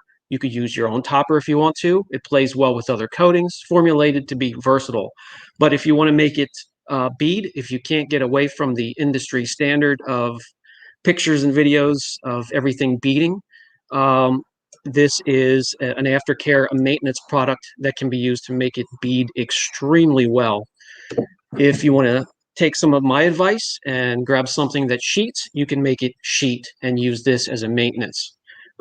These are formulated to be toppers for the coatings, but they could be used as standalone. If you're using it as standalone or topper, the foundation layer the first time you use it will be full strength. This is water-based. organic compounds and polymers, so it's safe for us, safe for the environment. And once you have that foundation layer, you can dilute this and 1-to-1 and make it last for extremely long time. These are the first 3 products that I'm rolling out. I'm going to have a whole line coming out, 1 by 1 or maybe 2 by 2. But yeah, just wanted to share that with you. That's absolutely awesome. I was excited for that as well, because I already know that I'm gonna be a person in that. I would love to have that coating and put it on my personal car. Would you be? I know you said that's the 3, right? So maybe in the future, maybe we can do another live and we can talk about some of the other products that you got coming out. Absolutely. Already have the next couple things in sight, and that's going to be an industrial grade wheel coating, a wheel coating that holds up to the heat. And you can also use it in engine bays, exhaust tips, anything that gets hot, motorcycles. You can use it for undercarriage packages if you so wish to offer them. Leather coatings, window coatings, we're going to cover everything. I just can't do it all at one time. Hey, we don't expect you to, man. I look forward to the future in your products for sure. I'm already getting blown up when they can order. Does it come with the dropper, Umberto? He knows me. The coating comes in a kit. It comes with an applicator block. So it has the plastic on the inside so it doesn't absorb. And it's a smaller block, so you can fit it in tighter areas, and it'll fit the contour of body lines. And then also you get the dropper that fits perfectly to the bottom, and then we'll screw on to the top just in case you knock it over while you're using it. So yeah, we thought about everything. I didn't leave any stone unturned. It's like I said, I'm late to the game here, but well worth the time. Yeah, exactly. Have we seen the thinnest clear coat from manufacturer? No, I'm betting not. I'm betting they'll try and cut back even more. Cars that I used to be able to walk around and get 4.5 to 5 mils primer, base coat, and clear coat, we're now seeing 3.8 as an average. Absolutely pathetic, and we're going to see a lot more of that. When can you order? I have an introduction video coming out tonight on YouTube and in my group as well. It'll be in the group first. And then after that, the store will be live, and I'll have links on the videos. I'll have links in the group. If you guys want to join us in our Facebook group, I keep in contact. Anybody, if you have a question, hop on there and just tag me. I can't sit there and read every thread that goes through the group, but if you tag me, I will get back to you in a reasonable amount of time. That's what it's all about. When it comes to these products, I will be behind them in every way possible. Definitely. And if you guys aren't a part of the Apex Detail Support Group on Facebook, I highly recommend going in there. Just a great group of people. There's so much information being thrown around, and chances are, if you have a question, somebody out there has been through or is going through the exact same thing you're going through, and people bounce everything off each other, and eventually you will get your answer for sure. Yes. BJ, it is a 1-layer 5-year coating, but can be layered. So if you have somebody that's looking for 10-year lifetime or whatever, you can layer it. It's very versatile. Shelf life with this type of bottle is going to double the normal 1 year that you see out there. Nice. Functional Doc says when can we order, but he's going to be making the announcement in the group, the Facebook Apex Detail Support group, as well as tomorrow he'll be having a video on YouTube as well on his channel, Apex Auto Detail. So just stay tuned to either one of those, and he'll be telling you where and when you can order for sure. Yep, the link will be there.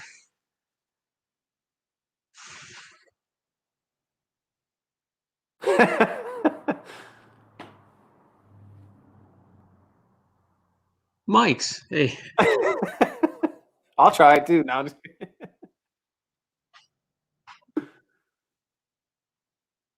Just Coatings. Big old dog. What is up, man? Just Coatings. It is his coating and maintenance to the coatings are his. It's just the tip Just the tip, guys. Yeah, just the tip. Just the tip. I'm starting there, and I want to cover all of the surface protection products because, of course, that's all we do here. So I need to cover everything that we do here at the shop, but I also eventually want to cover what goes into prep and also aftercare and maintenance. So we'll see how far this goes.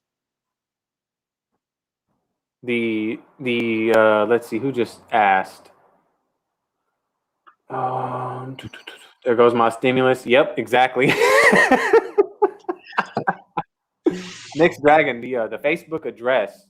That's it's Apex Detail Support Group, I believe. Yes. Apex Detail Support Group on Facebook, and it's probably the one and only.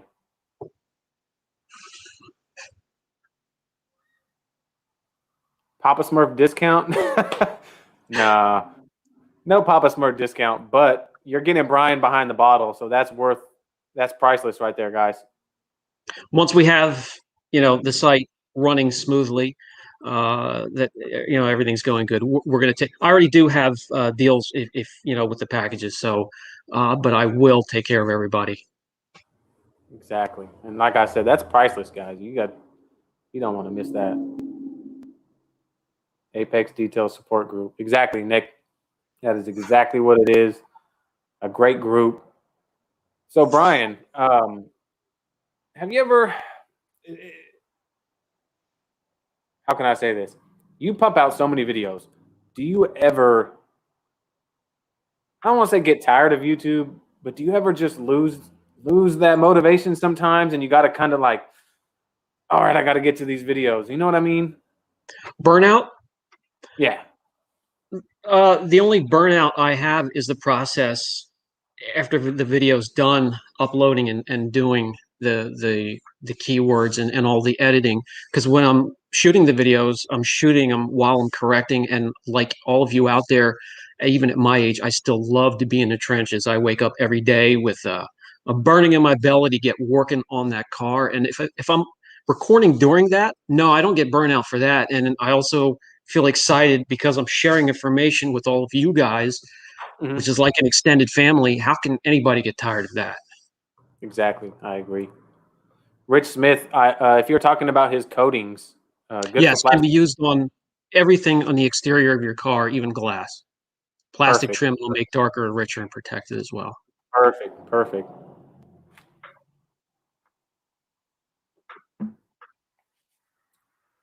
Price point, coating itself, as I mentioned, 2-ounce bottle here, so you're almost looking at just about 60 milliliters. $162.99 with the whole kit. And again, that includes me. Yeah, if you're just starting out, I know how rough it can be. And like I said, I'll do a one-on-one with you to make sure you're prepping properly, applying properly, maintaining. And if you do it for a living, there's a lot of trouble with communication between the client, the customer, and also the seller. I'll help with that, and I'll show the best way to sell them so you guys can be very successful. Definitely. In my opinion, that's worth that's priceless, guys. With today's clear coat, are you going to recommend 10-year 2 coats on your paint? What's that? So I was just reading Nick's question. 10-year 2 coats. I don't know about that one. I would rather do 1 coat and maintain it. Yeah, 1 coat. 1 coat. You got to keep in mind, and I know when I like to wash my car, it doesn't end at the wash process. Never. I'm always reaching for my toppers because I want something to do in the car. Most people are going to put a topper on every couple months. You can get a 5-year coating to last easily 8 years. It shouldn't be any problem with that.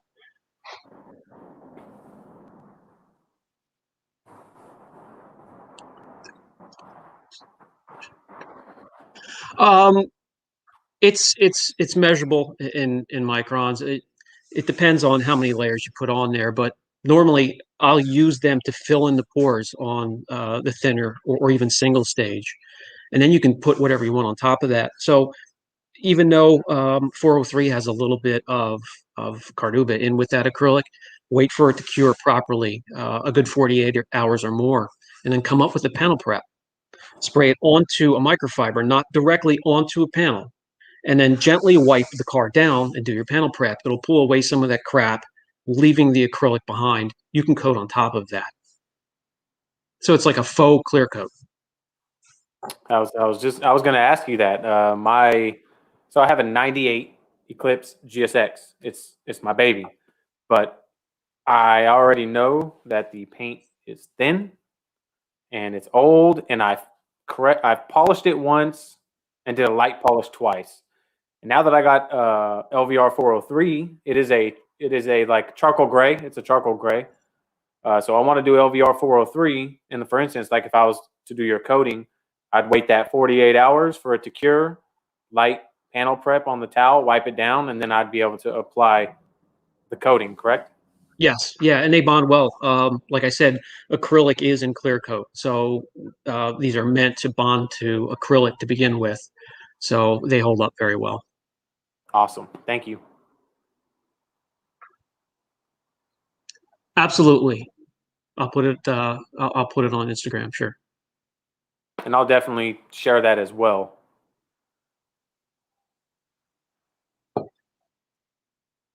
Man, what an awesome live. You guys are awesome. 83 people in here. I think we had 86 or 87. That's insane. Like, I love you guys. And we do. We appreciate each and every one of them. Can't say that enough. Can't make that clear enough. I can't. A full-size sedan, 2 full coats. You know, that it depends. Depends on what you're using for an applicator as well. Some of them drink in that product. Just be careful what you're using for an applicator, and 2 coats maybe pushing it. I would get the 50 mil to be safe, and then you can use it. You know, use it on like we do here at the shop. Use it for every painted surface. Your door jambs, under the hood, in the trunk, anything that's hard. Your wheels. Use it up, and whatever you have left over, you can use in case a panel has to be repaired. You never know. No, don't mix the 2 toppers. Just get one or the other, whichever way you want to go. One or the other, right? Or one or the other.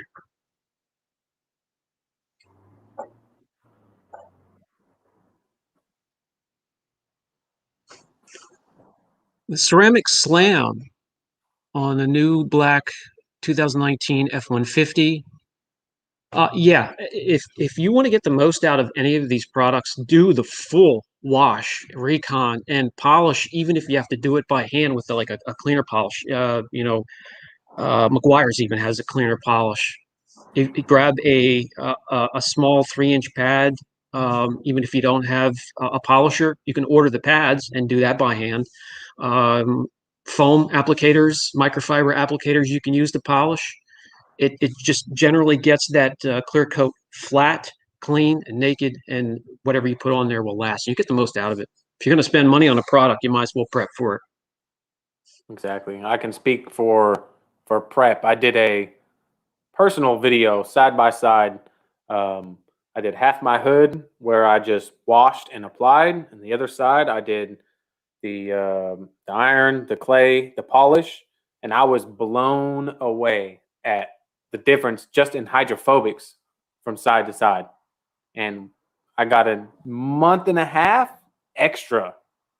Yeah, the durability is really where you're going to see the difference. Yeah, it was insane. I can vouch for that 100%. And I was the same type of guy, and it took me I wanted to know for myself, and I did it, and I physically saw it and said. That's why I always bring up the test panels. Go to your local body shop. They will be more than happy to see you, because they're happy to see me, because I grab all the panels out there. They don't have to worry about getting rid of them. Grab a couple horses from Home Depot, set them up, and practice, learn, play. Nothing beats it. Hands on. When it comes to YouTube, you can use YouTube as a reference. Maybe give you some ideas on technique. hands-on is always going to be the best way to learn, guys. And that's why I'm dying to start up the training here. See all you incredible people face to face, of course, with social distancing and masks or something. We'll see how that goes. I'm going to figure something out, but hands-on, getting that polisher in your hand and getting the feel for it, nothing beats it. Absolutely. I have to agree 100%. Where will these products be available? You're talking about his coatings, I'm assuming. I have a video coming out tonight, and then look in the description box. If you want to wait and see some more videos come out, I'm going to dive deeper into them. You don't have to, go buy everything on there right away. If you want to wait and watch the videos, I'll explain them and show what they can do. They are easy to use, and the results are. Well, I'm glad I waited to release these when I did, because we're happy with them. Definitely. And you already know if Brian gives it the stamp of approval, you already know it's good. It's got to meet the Brian's. It's got to survive the Apex standard, guys. I'm sure you can imagine how I drove the chemist crazy. Oh, man. Someone in here says, sheeting beats beating every time. Tundra Whisperer, I agree, man. I don't like water on my Absolutely. paint. Yep. Turtle wax, paste wax applied with DA. I haven't used the new one yet, so. Yeah, I've used it a few times. It's easy to use. You can get around the car applying it, maybe with an application pad. That's the hardest part of it, getting it on. It comes off easy when it hazes over. Looks incredible. I just have to wait to see how it holds up.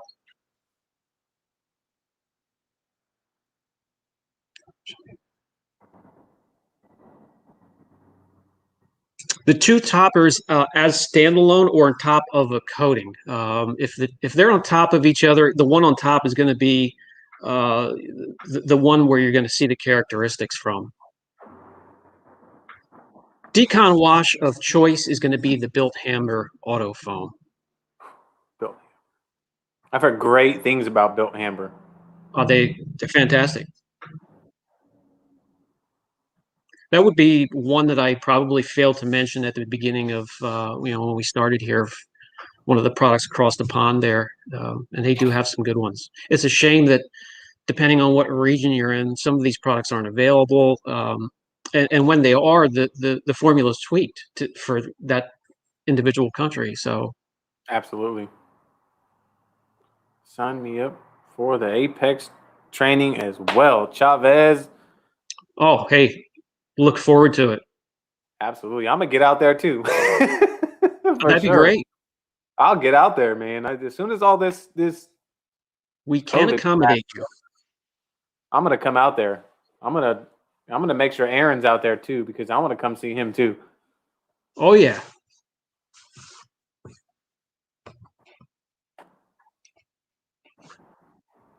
I appreciate you, Nick. Thank you, Nick. Appreciate the kind words.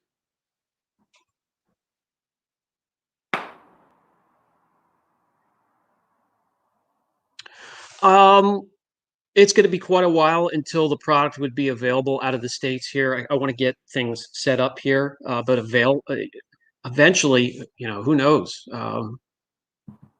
I would have nothing against that.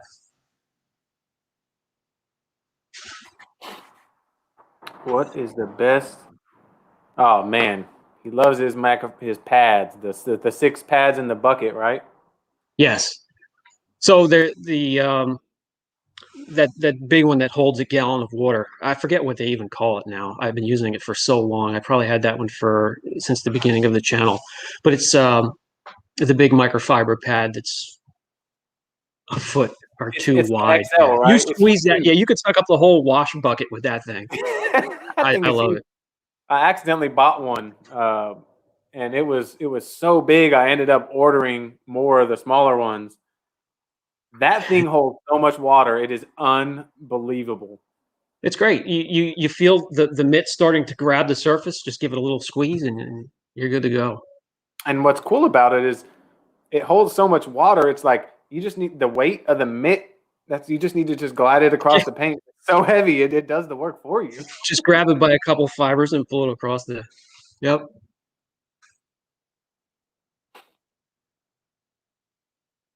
Chris, the 6-pad bucket is the way. This is the way. Well, I mean, it makes sense. I mean, you don't ever induce the mitt back into the same bucket, so therefore you reduce scratching the paint. I mean, the chances of you scratching the paint is out of the question. Yeah, you're never introducing dirt back into the bucket, and that solution can be used until there's not anything left in the bucket anymore. It stays. I have a lid for the bucket, so it stays crystal clear until the solution's too low to even use it anymore. Aaron, I shall bring it. There he is. You don't know how much I could put down, man. I'm a little guy, but I can eat. It may seem like I'm out in the middle of nowhere, but we have some decent places to eat. Very satisfying. A tire dressing, those type of products would be down the road. I want to get all of the surface protection, and I mean every surface. You know, a tire coating and a wheel coating would be probably hitting the store quicker than just a straight up dressing. But we'll see. How did COVID affect the business? A great question. At first, our state here, the guidelines as to what can stay open and what can close were so confusing. I closed for 2 days until I got the go ahead and found out exactly what category I fell under, which was car maintenance, and we were allowed to open again.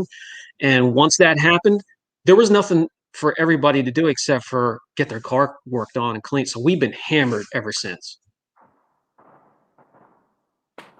And just so everybody knows, you guys are 7 days a week, right? Yeah. I mean, we have to, because we have cars coming in Saturday and Sunday for the next week, because our clients are mostly from out of state. So we got to be here when they get here.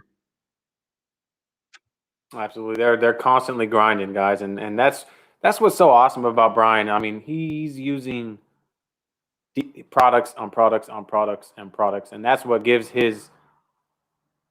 He's just blasting through these products, and like he said, he gets straight to the point. And honestly, he doesn't have time to not, if that makes any sense. Yeah, doesn't have time to not get straight to the point on every product that he's using, because he's going through so many products daily, detailing daily. It's just insane.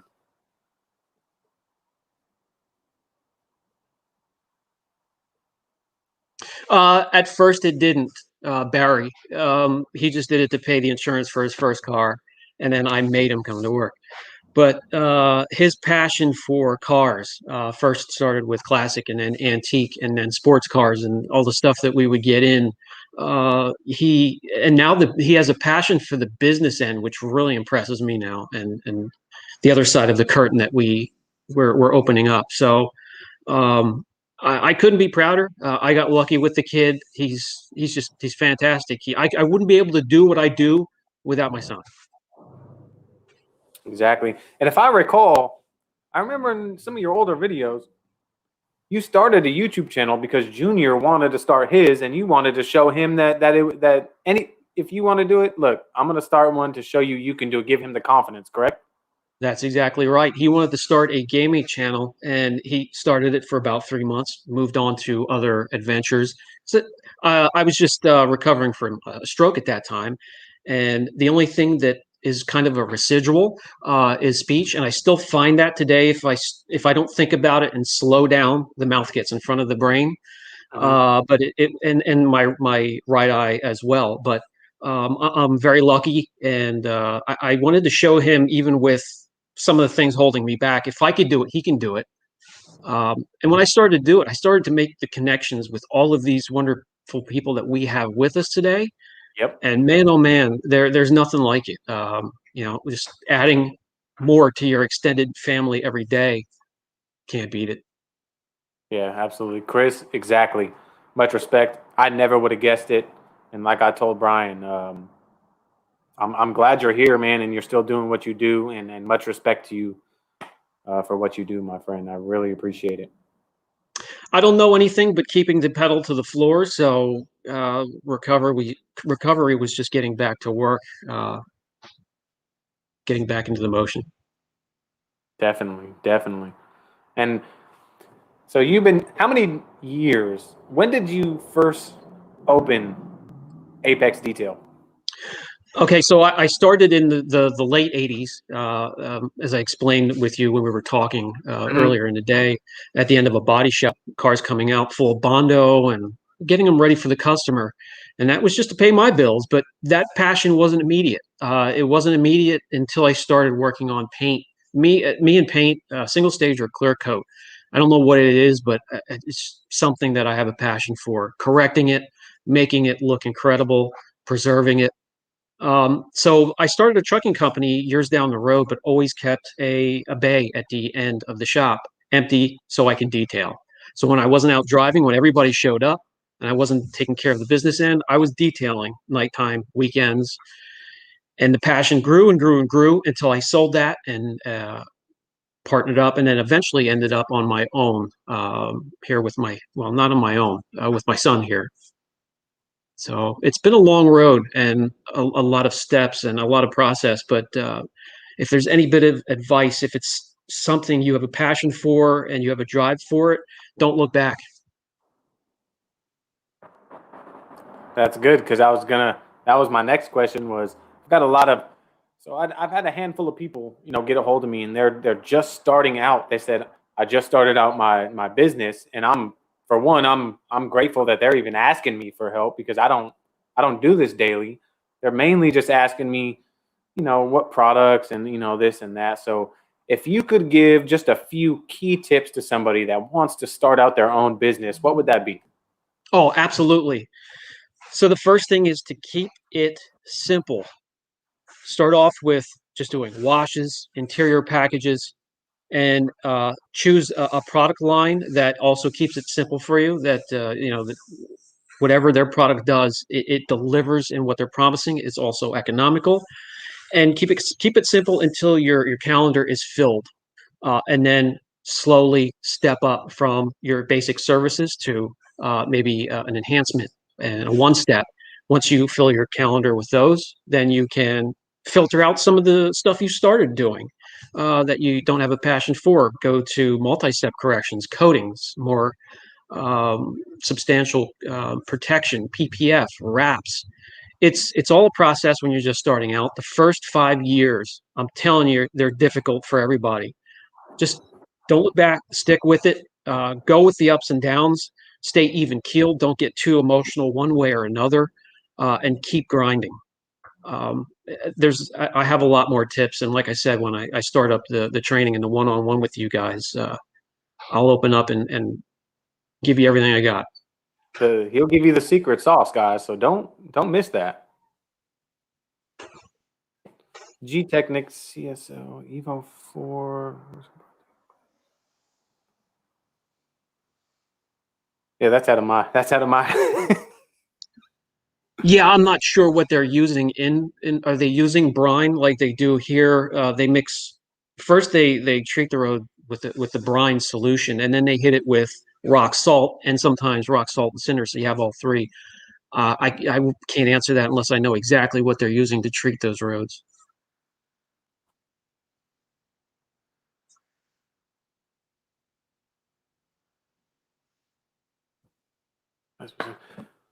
You guys mind if I use the restroom real quick? Big old dog, how are you? The C3 is great. I just had it out. We had some days this last week that were in the 70s, and I brought it out to give it a quick wash and test a wax and a topper on it, and it went right back in. It's not all finished.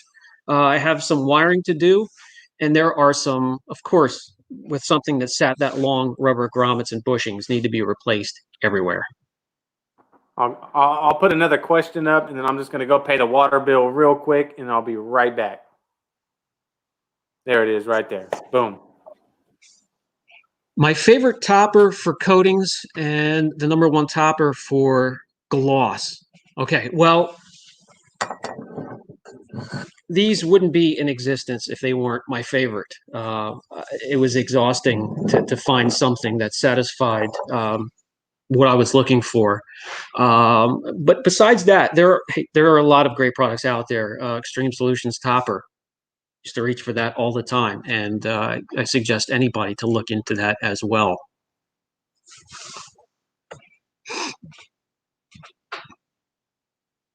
When it comes to toppers, by the way, mine will play with any coating, and just about every topper out there. It could be interchangeable. It's best to stay within the family. If you're using CarPro, stick with a CarPro topper, even though some of those can be difficult, a little bit of trouble wiping them off and streaking. But yeah, they're pretty much all interchangeable. You can use Extreme Solutions, mine, or Ethos, or any of those toppers out there on your coatings, your favorite coatings.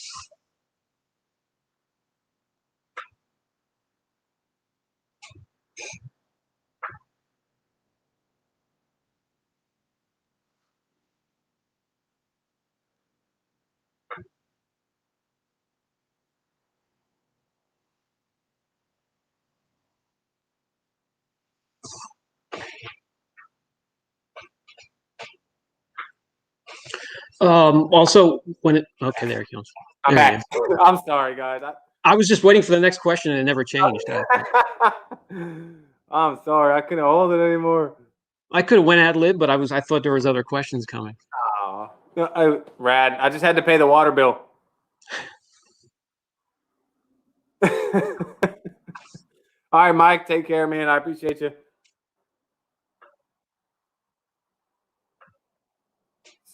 That's exactly right. Rehydra bead will make the coating bead, just like you see in the pictures, and Rehydra sheet will make it, when that panel gets flooded, just like any other. So to make it clear with sheeting products, and I want to do more videos than just sheeting products. It doesn't have to be my own, but I want to explain how they work. They bead and sheet. So in order for them to be successful, the panel has to flood for it to run off in net stream and not leave the beads behind. So if it's something that's just misting your panel, you're still going to get the beads and some of the marks, depending on how much moisture is hitting that panel. But if it gets flooded, if you can rinse properly, if you're the climate that we have, when it rains, it rains. It doesn't do it half-assed. It doesn't mist here. It rains, it pours. So a sheeting product works well in this area.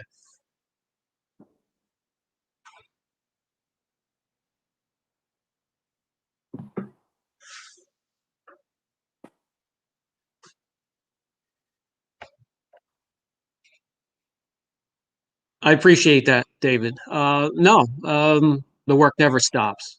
Absolutely not. 92 people. Oh my gosh. And sleep is definitely overrated. So. Oh man, I had made a doctor's appointment not long ago. I was like, I need to get some labs done. I'm always tired. And then, the whole ball and chain's like, you never stop. Because you don't sleep. Yeah. Just one of those weird side effects, I guess. Yeah, like 6 days a week. Sundays I'm detailing. It's just like, man, if I'm not detailing, I'm editing. It's just like, oh man, it just never stops. One thing I do want to make clear about my products, because I got to keep that transparency theme going that we've started since the channel started. My products, as you can see, I don't have a mad scientist behind me. I don't have a lab in my shop here. So I needed to reach out to the best facilities and chemists that I knew are out there. And after trying as many products as I have, I think I had an idea.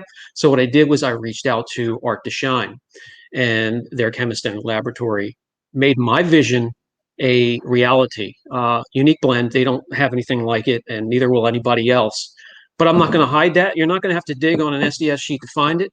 I have it in two places, right up here and right down there. So you know where it's made and where it comes from. But where it comes from is right here. It's incredible. I can't believe that we're at this stage finally, but it's been a long time coming. And that's what we all love about you, Brian, is transparency, because there's a lot of speculation, and people say, oh, this coating is just the exact same thing as this coating, and this coating is just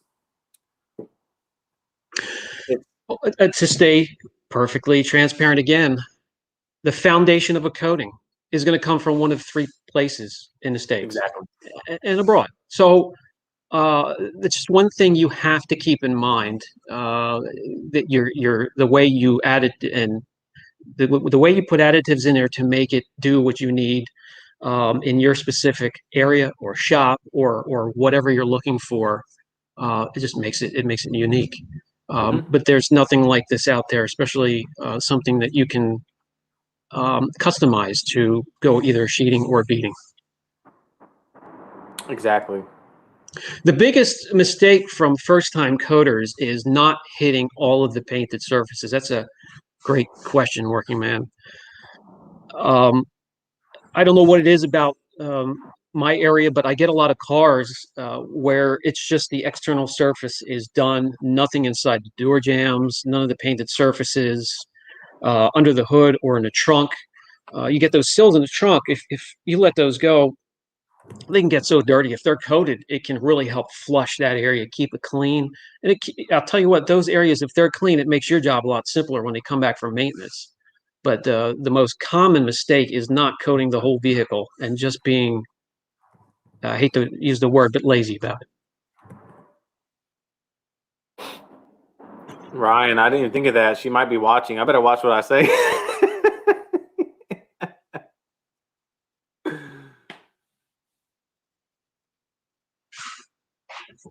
Yes, being chemical resistant as one of its strongest traits, and dealing with the sun. A boat is going to be dealing with those chemicals in a lake. I know our lake has plenty of chemicals floating in. Who knows what? But that and dealing with the sun and the ease of use while outside. And you know, if we do get to do one-on-one, I will show you how to coat outside. You know, in those type of in that type of environment and be successful and get around the car quickly. Exactly. Because I have a lot of people telling me, you know, oh, I can't do a coating because I don't have a garage. You don't necessarily need a garage. No, you don't need a garage. There's a way. There's a way to get around that. You can correct in the sun and keep the panels cool. And I'll definitely share that one if we get the opportunity to work with each other. So you guys are getting a lot of information and knowledge. You guys got to stay tuned to Apex Support Group, his channel, and everything to follow up on all that stuff for sure. Yeah, who has time to sleep when we're detailing, right? Bingo.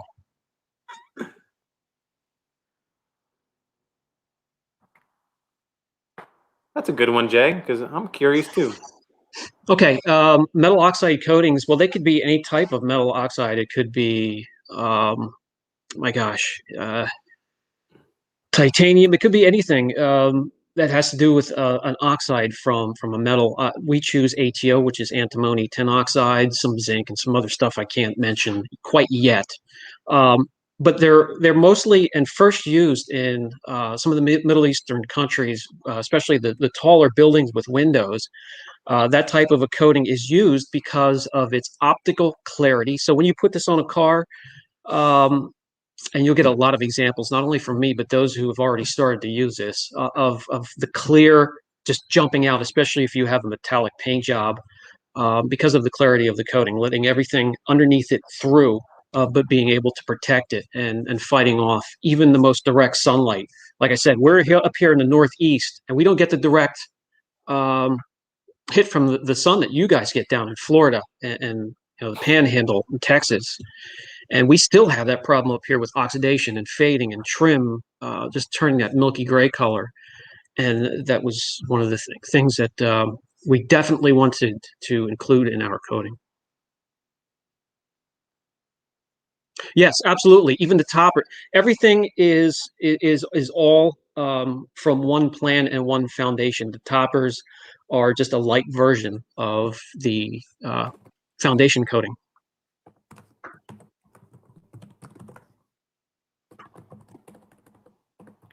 Sorry, I'm just answering the question real quick.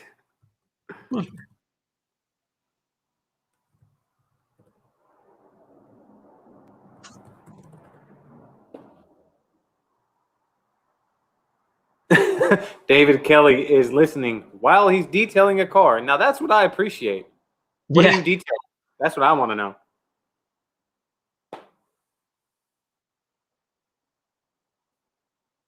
I love it. I love it because I listen to.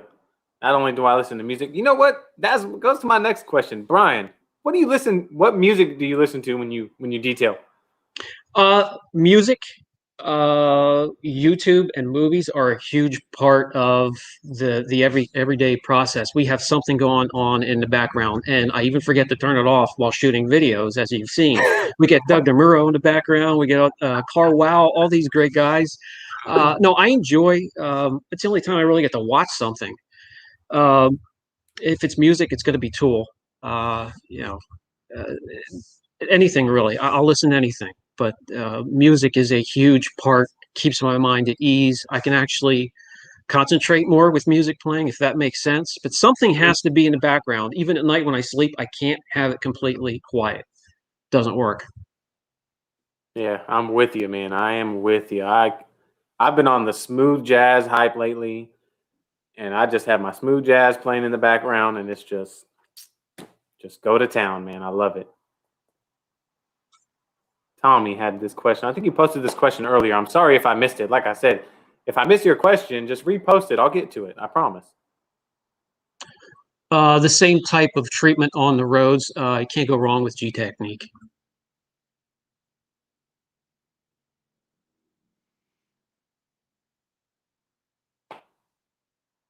That would be the Koenigsegg. The Koenigsegg R. All right, so this customer had two of them. He had the one that was legal for the road and the one that wasn't. He moved out of the area, and I lost him as a customer. But those two made me very nervous sitting in the shop here because I am not sure if my insurance covered it at that time that high. The code those cars are. Did you just did a external correction and coating? Polishing everything, the door jambs. It wasn't a coating. He didn't want anything coated. That was the type of customer that just wanted everything, polished out perfect and clean. Man, those cars are expensive. I had no idea how the hell to move it to get it in the shop, but yeah. Oh man. 2018 Nissan Pathfinder Midnight Edition. There you go. Keith, I don't think there is. I don't think there is a way to test UV protection. Is there, Brian? Not that I know of. Now, a lot of these bigger corporations, like I said, when I spent some time with the PP&G R&D, they have accelerators that can help you determine a lot. But who can afford one of those in your shop? So, yeah, definitely. So throughout the days, throughout your correction days, have you ever had somebody bring you something and they wanted more than you can deliver? Does that make sense? oh yeah, absolutely. Yeah. They wanted more than what their clear coat could give me, anyways. Yeah. So that happens with cars that have already been detailed, and then I get that secondhand job, and I'm not knowing how much clear is left on it. Those are the ones that really are a challenge. How much clear did they leave you? So most of the time, it's going to be a one-step and a long talk with that customer, and we're going to talk about expectations. I'm going to educate him. I have films that are exactly 2 mils, 1.5 mils thick, and I'll show them how thin they are, thinner than a Post-it. And when they see that, most of the time they have no idea it's that thin to begin with. And then I say, if somebody's already grinding on it and has corrected it, you just have to have the customer right there in front of you and go over expectations. I agree.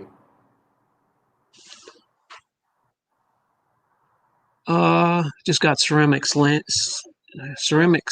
So that sounds so familiar. That's lithium. lithium. Lithium. That's right. I don't want to do a full decon on the new truck.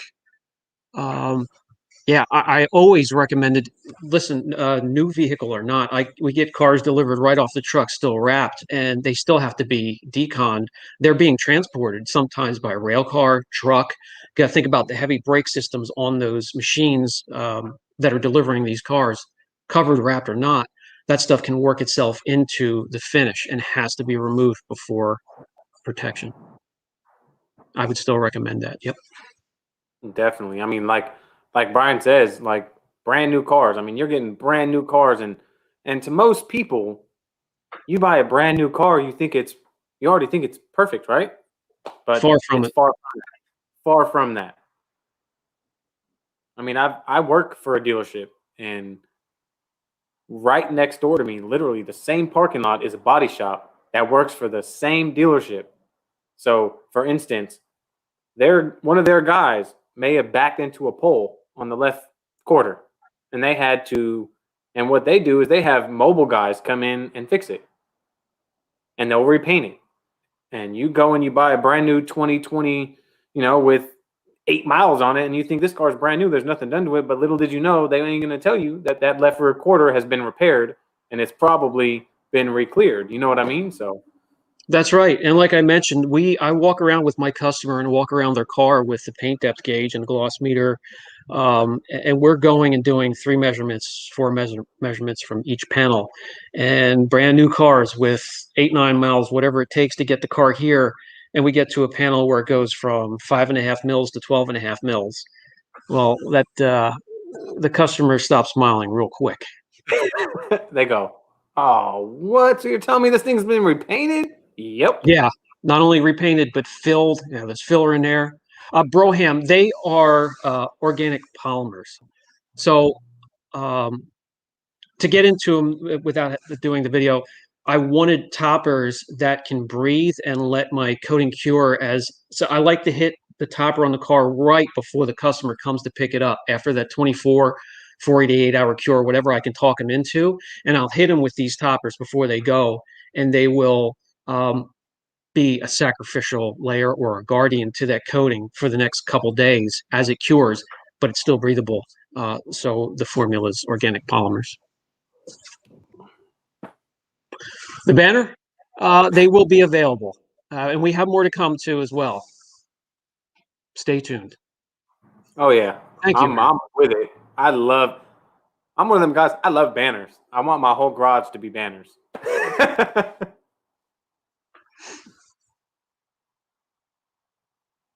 I don't know how many. What I like to see though, when I go to somebody's shop, if I'm training them and I'm on the road, I like to see the banners of the shop that I'm going to on the wall. I don't like to go there. I wouldn't like to go there and see my banners all over the place, or tax system or Gian. Not like there's anything wrong with that, but I like to see the banner of the person I'm going to. I like you to how can I say? I'd like to get you to get your name out there and advertise yourself, because when the customer comes to your shop, I have 2 out of 207 last year that asked or wanted to know what coating I was using. The rest don't care. They come to you for your service. So I want your banners on your shop, not other people's banners. I don't want you advertising for me. I want you advertising. I want you to be successful. So it's something to keep in mind. And I can go way deep into this. If we ever get to work together one-on-one, we'll get into that. Absolutely. That's a good point, and you see that's the honesty and transparency that's coming through from you that everybody sees through your videos as well, man. And I appreciate that so much. Yeah, your customers are coming to you basically for your services. They could give a rip what coating you're putting on there. They just want to know you are doing. They had received some information, either word of mouth or they read something that your services were the best, and that's why they're there. Not for the type of, like I said, I only had 2 people ask what coating I was using that day. Yeah. Cure time 24 hours, very common, just like most any other coatings. For a small detailing business, what type of insurance would you recommend? Well, start out with basic. When you're just starting out, start out with the basic liability, and then just do your add-ons as you have income coming. Do what you can afford. And then, yes, brand yourself. Not only Definitely. not I only agree. because of mistakes that you may do yourself, inflict yourself, but a car sitting out in the parking lot and the wind coming along and blowing your neighbor's sign into a car, and that's very detailed because that's happened to me. So you definitely need coverage inside and outside of your shop. Paint depth gauge to measure. You can find them on. You don't need anything expensive like the Felsco like we have for $4,000. Get something on Amazon that's 150 bucks and use it often so you learn how to use it and can learn what the tool can do for you because each tool is a little different. Calibrate them every time you use them and keep them fully charged and you will get you should be able to get a unit that is consistent, and that's what you want. You can get two units that are the same and they'll give you different readings if you use them side by side, but pick up one, use it often, and you're going to get a feel as to what that tool can do for you. You can utilize it in many ways.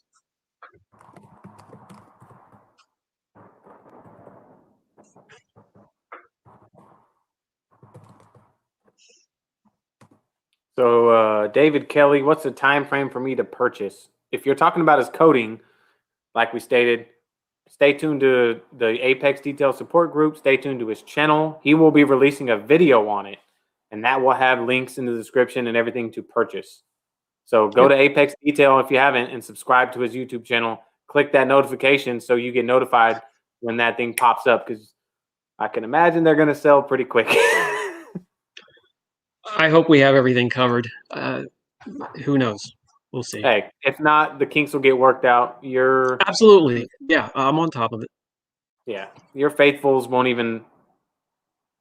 It doesn't even matter. I mean, I'd wait 3 months for one of your coatings. Well, I'm not in the game of making people wait, so because I don't like to wait myself. Let's see. When it came to the tailgate, it was 12 mils. 404, yeah. 12 mils thick. Yeah, definitely resprayed. Resprayed, and more times than other, there is a lot of filler underneath those 3 layers.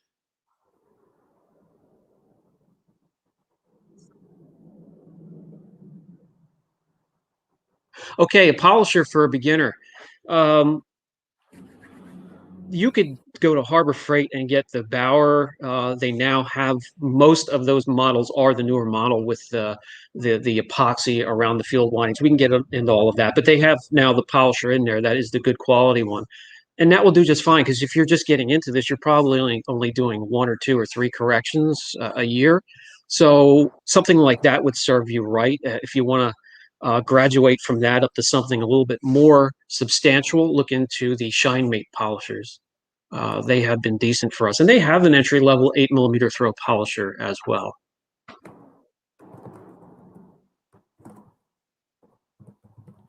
I still have my. I started with the Chicago Electric, and I converted it to a 3-inch, and I keep that at my shop because I do headlight restorations with it, and it's still. I just re-greased it. That thing's still going like a champ. They are a tank. Yep, they're little tanks. I mean, it's not the smoothest. I'm going to tell you that right now. It does have some vibration to it, but it's nothing.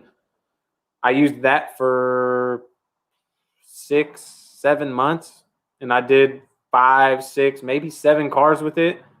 So I got used to that. So everything after that just was smooth. Right. Yeah, because when you do step up from there, it's like, oh boy, look what I was missing. Yeah, but they're great to start out. They can keep you out of trouble on those peaks and body lines because of the shorter throw and not a ton of power. So it's more forgiving. Exactly. I was terrified. I was absolutely terrified to start polishing, and the first thing I did was started watching your guys' channels, and I went to and I bought my Chicago Electric. I bought even the Harbor Freight pads and some McGuire's Ultimate Compound, and that is how Smurf started with my 99 Honda. Half the whole top of the clear coat was gone. All I had was the doors to really work on. Oh, those Harbor Freight pads where the backing pulls away from the foam padding within two swipes. Yeah, pretty much. Yeah, and I used those twice, and that is where it started. It was like the windows just opened like that, and Absolutely. I was born into it, and it's awesome. I mean, it's absolutely awesome. Don't be scared. For anybody out there that wants to try polishing and you're scared to burn through your paint, a nice entry-level polisher and a nice foam pad, you're good to go. Keep the polisher moving. Don't lean on it in one place, and you'll be just fine. Those that follow the channel know that I will recommend picking up a panel, and the first thing you want to do is burn through the clear. If you know Burn how through to that. do it, then you know how not to do it. And that really releases a lot of the fear as well. Yeah, definitely. So you know, like, okay, I know what to expect. Here, I burnt through the clear. There you go. You get it out of the way. That's out of the way. Let's move on. Yeah. Exactly. Yeah, absolutely. You can correct a coated car. Like I said, I wouldn't veer away from CarPro Essence and some of the other fine abrasives out there. You don't want to go hammering a car that's coated, but you can remove minor love marks, outlines of leaves and things that have been sitting on the car, bird crap, whatever. Sure, you can relieve the coating of those types of marks without removing it. Just be careful using a light application pad or a very fine finishing pad. You doing okay, Brian? As far as What's time, that? like, are you doing okay? Like, I don't like. We're just rolling, man. We're just rolling these questions, and I can go for as long as you can, man. So you let me know when when you're ready to call it a night.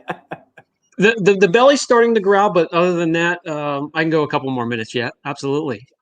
All right. We'll give it another maybe 10, 15 minutes, and we'll call it. Is that good? Is that good? That's fine. All right. Cool.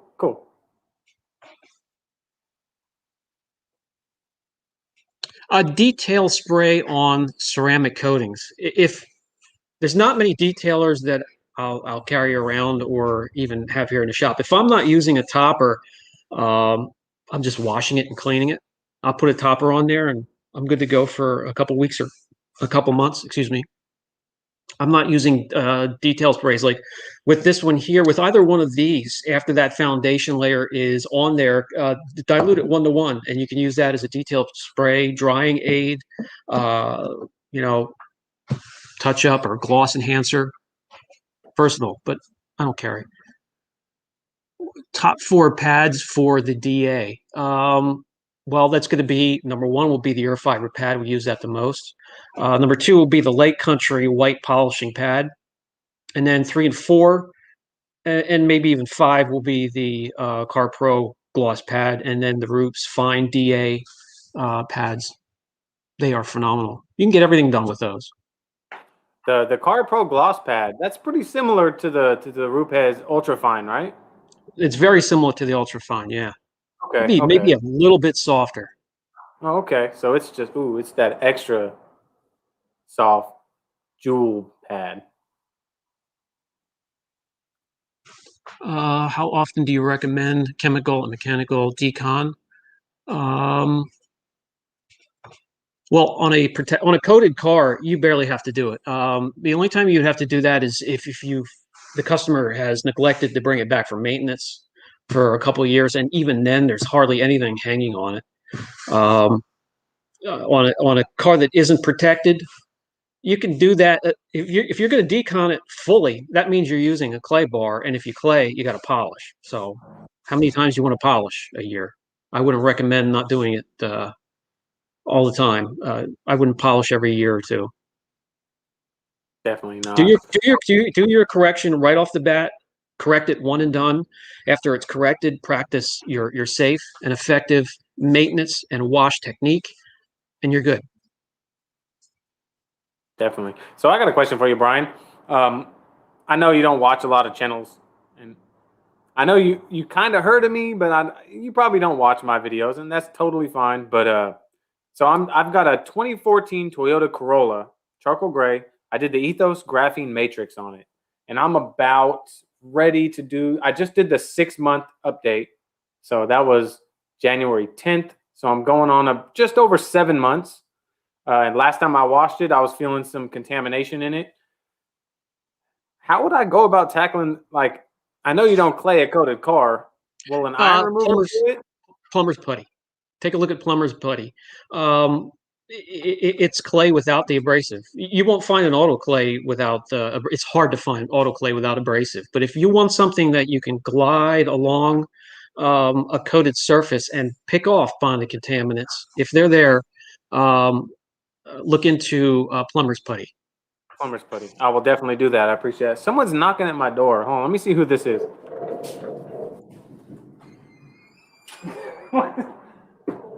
Oh man. Come here, dude. Come here. Yeah, put this down. Come here. Say hi to everybody. We're towards the end of the video. Come here.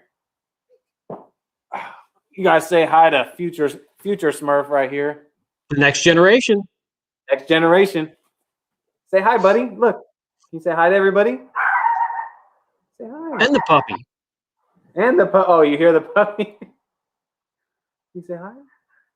No, stick your hand up. Wait. Say hi.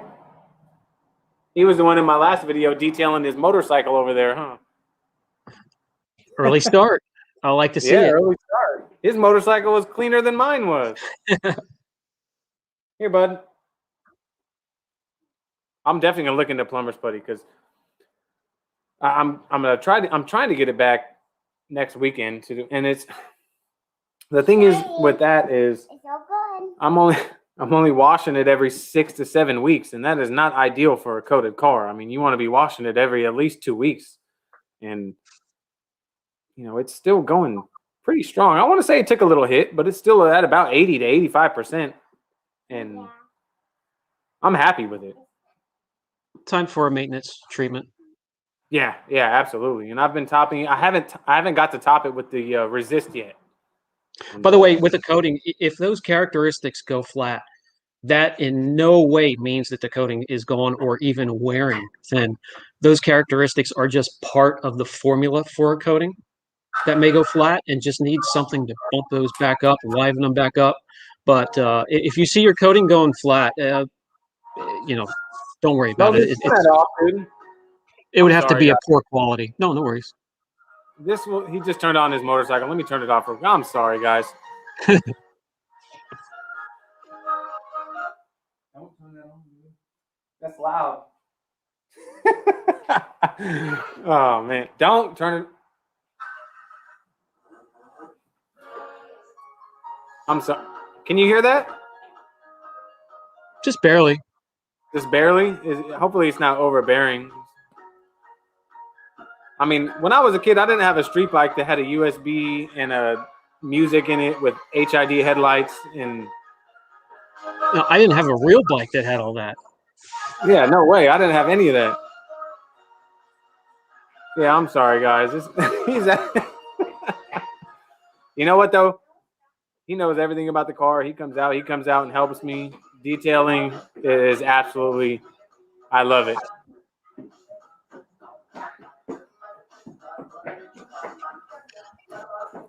Interior protection and coating for glass. Well, coating for glass, the Art to Shine glass coating is what we use a lot here. Also, Raincoat from Tax Systems. They're fantastic. Interior protection depends on what material.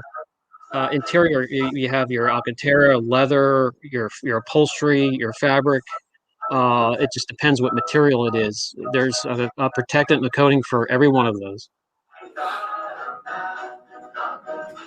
Like we were talking about earlier, there's so many products out here.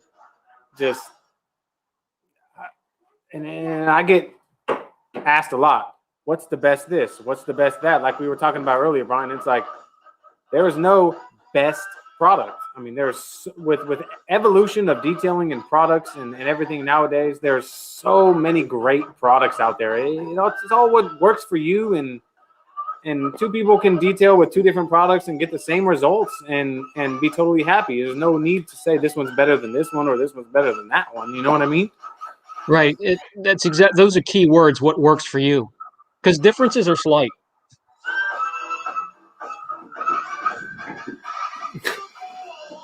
He is jamming over here. Oh man, that's hilarious.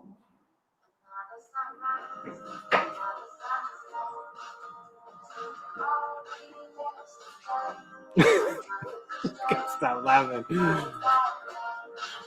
For leather seats,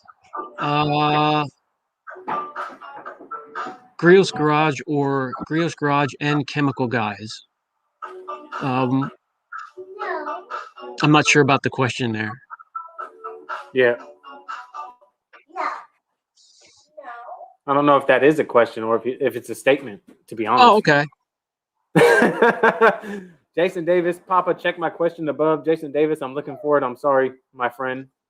Jason Davis has been a faithful. Oh, there you go. CM218 is also good. What is the CM218? I'm not familiar with that one either.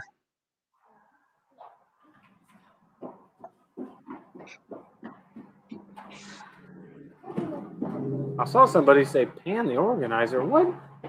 I know Pan's not in here. I know I had him on my live, but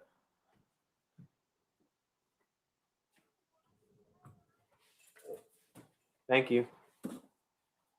He wanted his street bike, guys. Come here. Oh. That's my little guard dog. She's about 1.5 pounds of viciousness.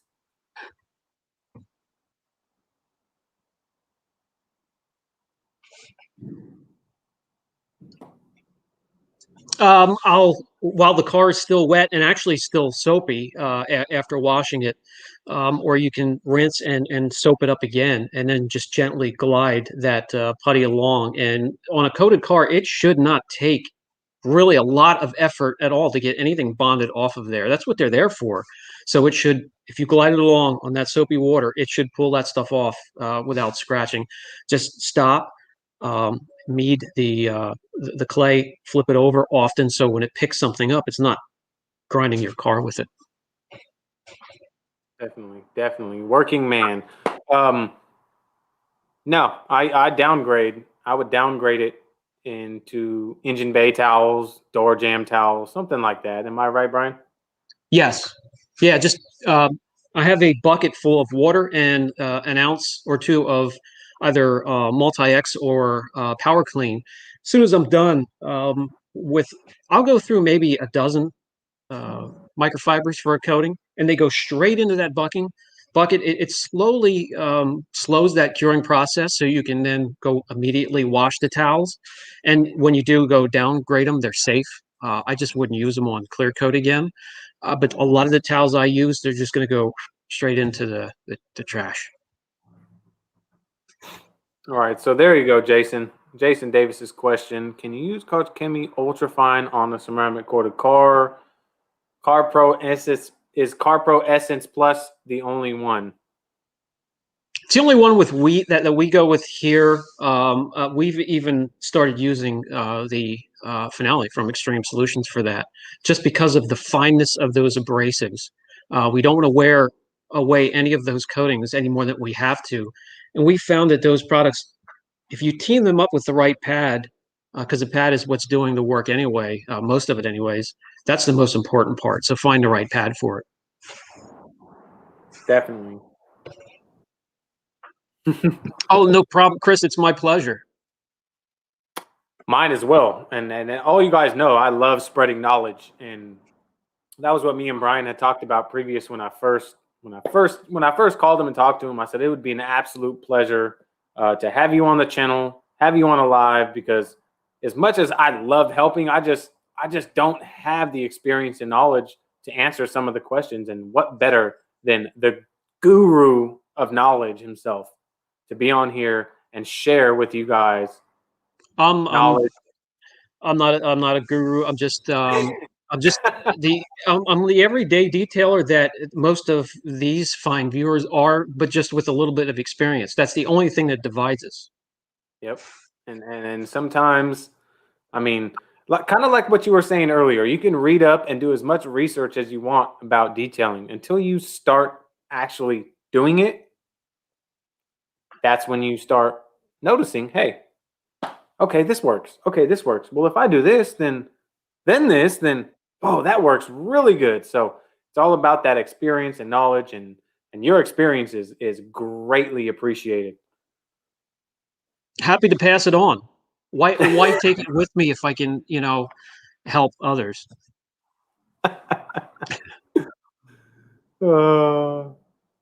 Aaron. Cheers, Aaron. You crack me up, Aaron. We're gonna have a GIF battle later. I promise you. Does he send you GIFs, Brian? He might. I just don't look. I don't look for him. Oh, that's hilarious.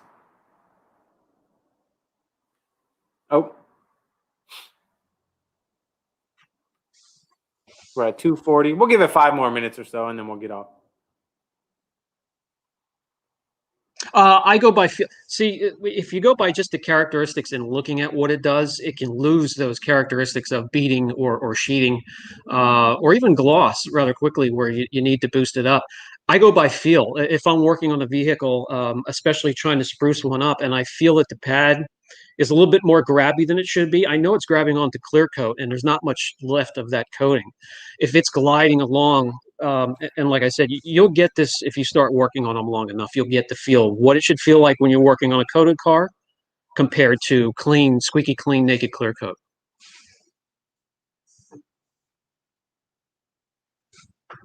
Again, functional. My pleasure. All my pleasure. We got about, we'll give another 5 more minutes, guys. So get your last questions in, and then we're going to call it a night. Very, very, very great live stream, guys. So much knowledge and great questions from you guys. Hope you guys all are getting the answers you wanted. Their questions are great, especially in the comment section or in the group. It's hard to break away from them. I know when I got to go start doing other things, I got to do laundry and everything else everybody else does, but it's hard to break away. I hate leaving a question on the table. There are so many emails that I can't get to. I can't physically get to all of them in a day in the questions, but I hate leaving them on the table. So if there's something I overlooked, resend the question to any one of those platforms, and I'll do my best to get to them. Definitely, definitely. We all appreciate that for sure. Frank B has a question. With all the new graphene, what do you recommend?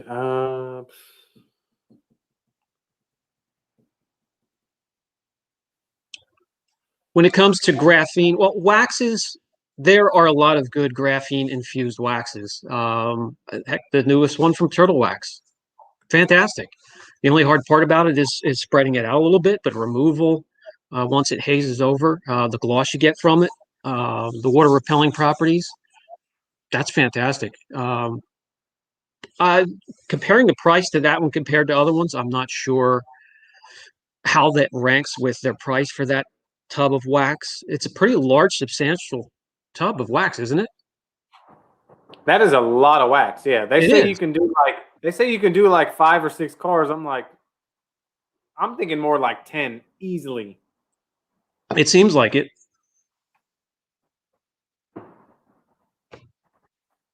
Static. Listen, we have that problem all year round here. It gets so dry in the wintertime. We don't have to be detailing a car. Just static in general is huge. That goes with on our person and working on a car. It's hard to avoid. What you wash your microfiber with is something to look into. Don't add any type of softener or anything, but maybe the cleaner you're using. We use 3D Towel Clean. We don't have a problem too much with. Yeah, that's a good one. That's a real good one. Fantastic. I have it. Yeah, we don't have a huge problem with friction and static on the surface. So maybe give that a shot. Definitely. So I have a question for you, Brian. I always see your videos. So typically when I already know what pads I'm using for a car, I only use 2 pads. I'm not in a rush. I finished my first pad. I'll clean it. I'll set it to dry. I'll switch to a new pad. By the time that one's ready to be clean, the other pad's dry. I just switch back and forth. I know you always talk about no need to oversaturate a pad, and I love your little concoction that you have with the machine with the vacuum in it, and you clean it in there. Yeah, an old blasting cabinet. I just Yeah. stripped it all out and fed the hose in through it, and it keeps everything contained that we blow off the pad using compressed air. So my question is, do you just saturate the pad just a little bit and then you use your little brush and then you just blow it out? And is that all you do in between passes or in I between cleaning? missed it with the 3D towel clean, diluted, Yep. or even the Griot's Garage pad washer. We'll have something hanging on the side of the machine where we'll just mist it. Yeah. And then I have a pad where I'll quick brush it and then blow it out, and it comes out really nice and clean. Awesome. Awesome. I've been following that method as well. So everyone asks me, do I need 12 pads to do a car? I tell them I only use 2, to be You honest. only need one or two. Yeah. Unless I'm trying to figure out the clear, then I might go through 5, 6 different pads trying to figure out what I'm going to use. But once I find out what I'm going to use, it's that pad, just 2 of them. So it's awesome.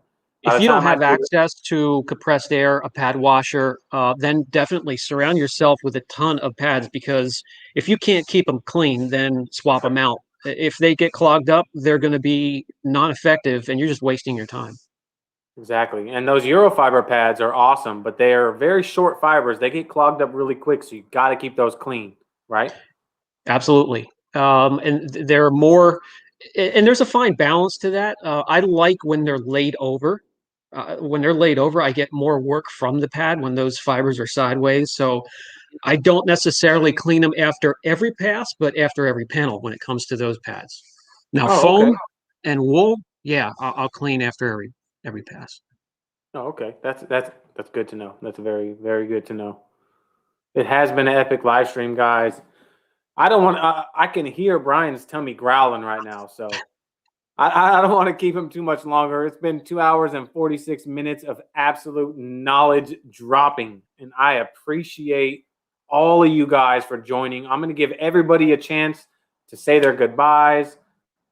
Aaron, I don't know if you're sipping apple juice again or what, but Virtual hug to Aaron and all of your subscribers. They are all great.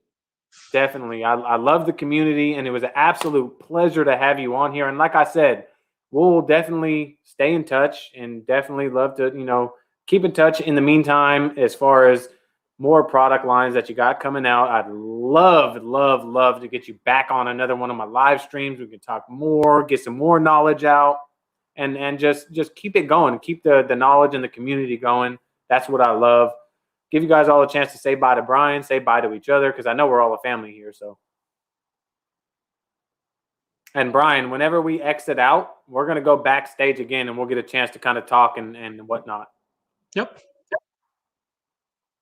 Yes, Mike, Aaron, you already know the love is real. You already know the love is real for sure for all you guys. I mean, all you guys that take the time out of your day to watch and support my channel, I can't express the appreciation enough. I really can't. 23 do the do. Yep. Take care. I appreciate it. Joseph, thank you guys. I mean, we broke a record here. We had 93 people in here, which was absolutely insane. I mean, insane. And I hope that people rewatch this live. I know a lot of people will look at a live stream and say, "Oh man, this is a 3-hour live. I'm not going to watch it." But there's a lot of knowledge going on in this live stream, and I hope people rewatch and gain some from this. They could use it as a tool to come back to, just like videos on my channel as well. It's a reference. It's like a library of information. Come back and visit when you want to. That's what it's all about. Exactly. Absolutely. I mean, I can't count how many times I've watched your polishing on soft black paint video before I did it. I mean, man, black paint's the worst, but soft black paint, how am I going to do this? I'm going to Apex. No problem, Jay. Thank you guys for tuning in. 249. You guys, I hope you guys all have a great start to the week. I'm going to end this live. Please, please share this if you can. Share this as much as you can. I want to get this knowledge out to everybody. And you guys, if you guys are interested in Brian's products and his coating and everything that comes in the future, Stay tuned. Go subscribe to Apex Detail on YouTube. Follow him on Instagram. Go check the Apex Detail support group on Facebook. There's a lot of knowledge there as well. Great people, great community. And I hope you guys all have a great start to the week. And I'm going to catch you guys all on the next video. Take care, everybody. Shine on.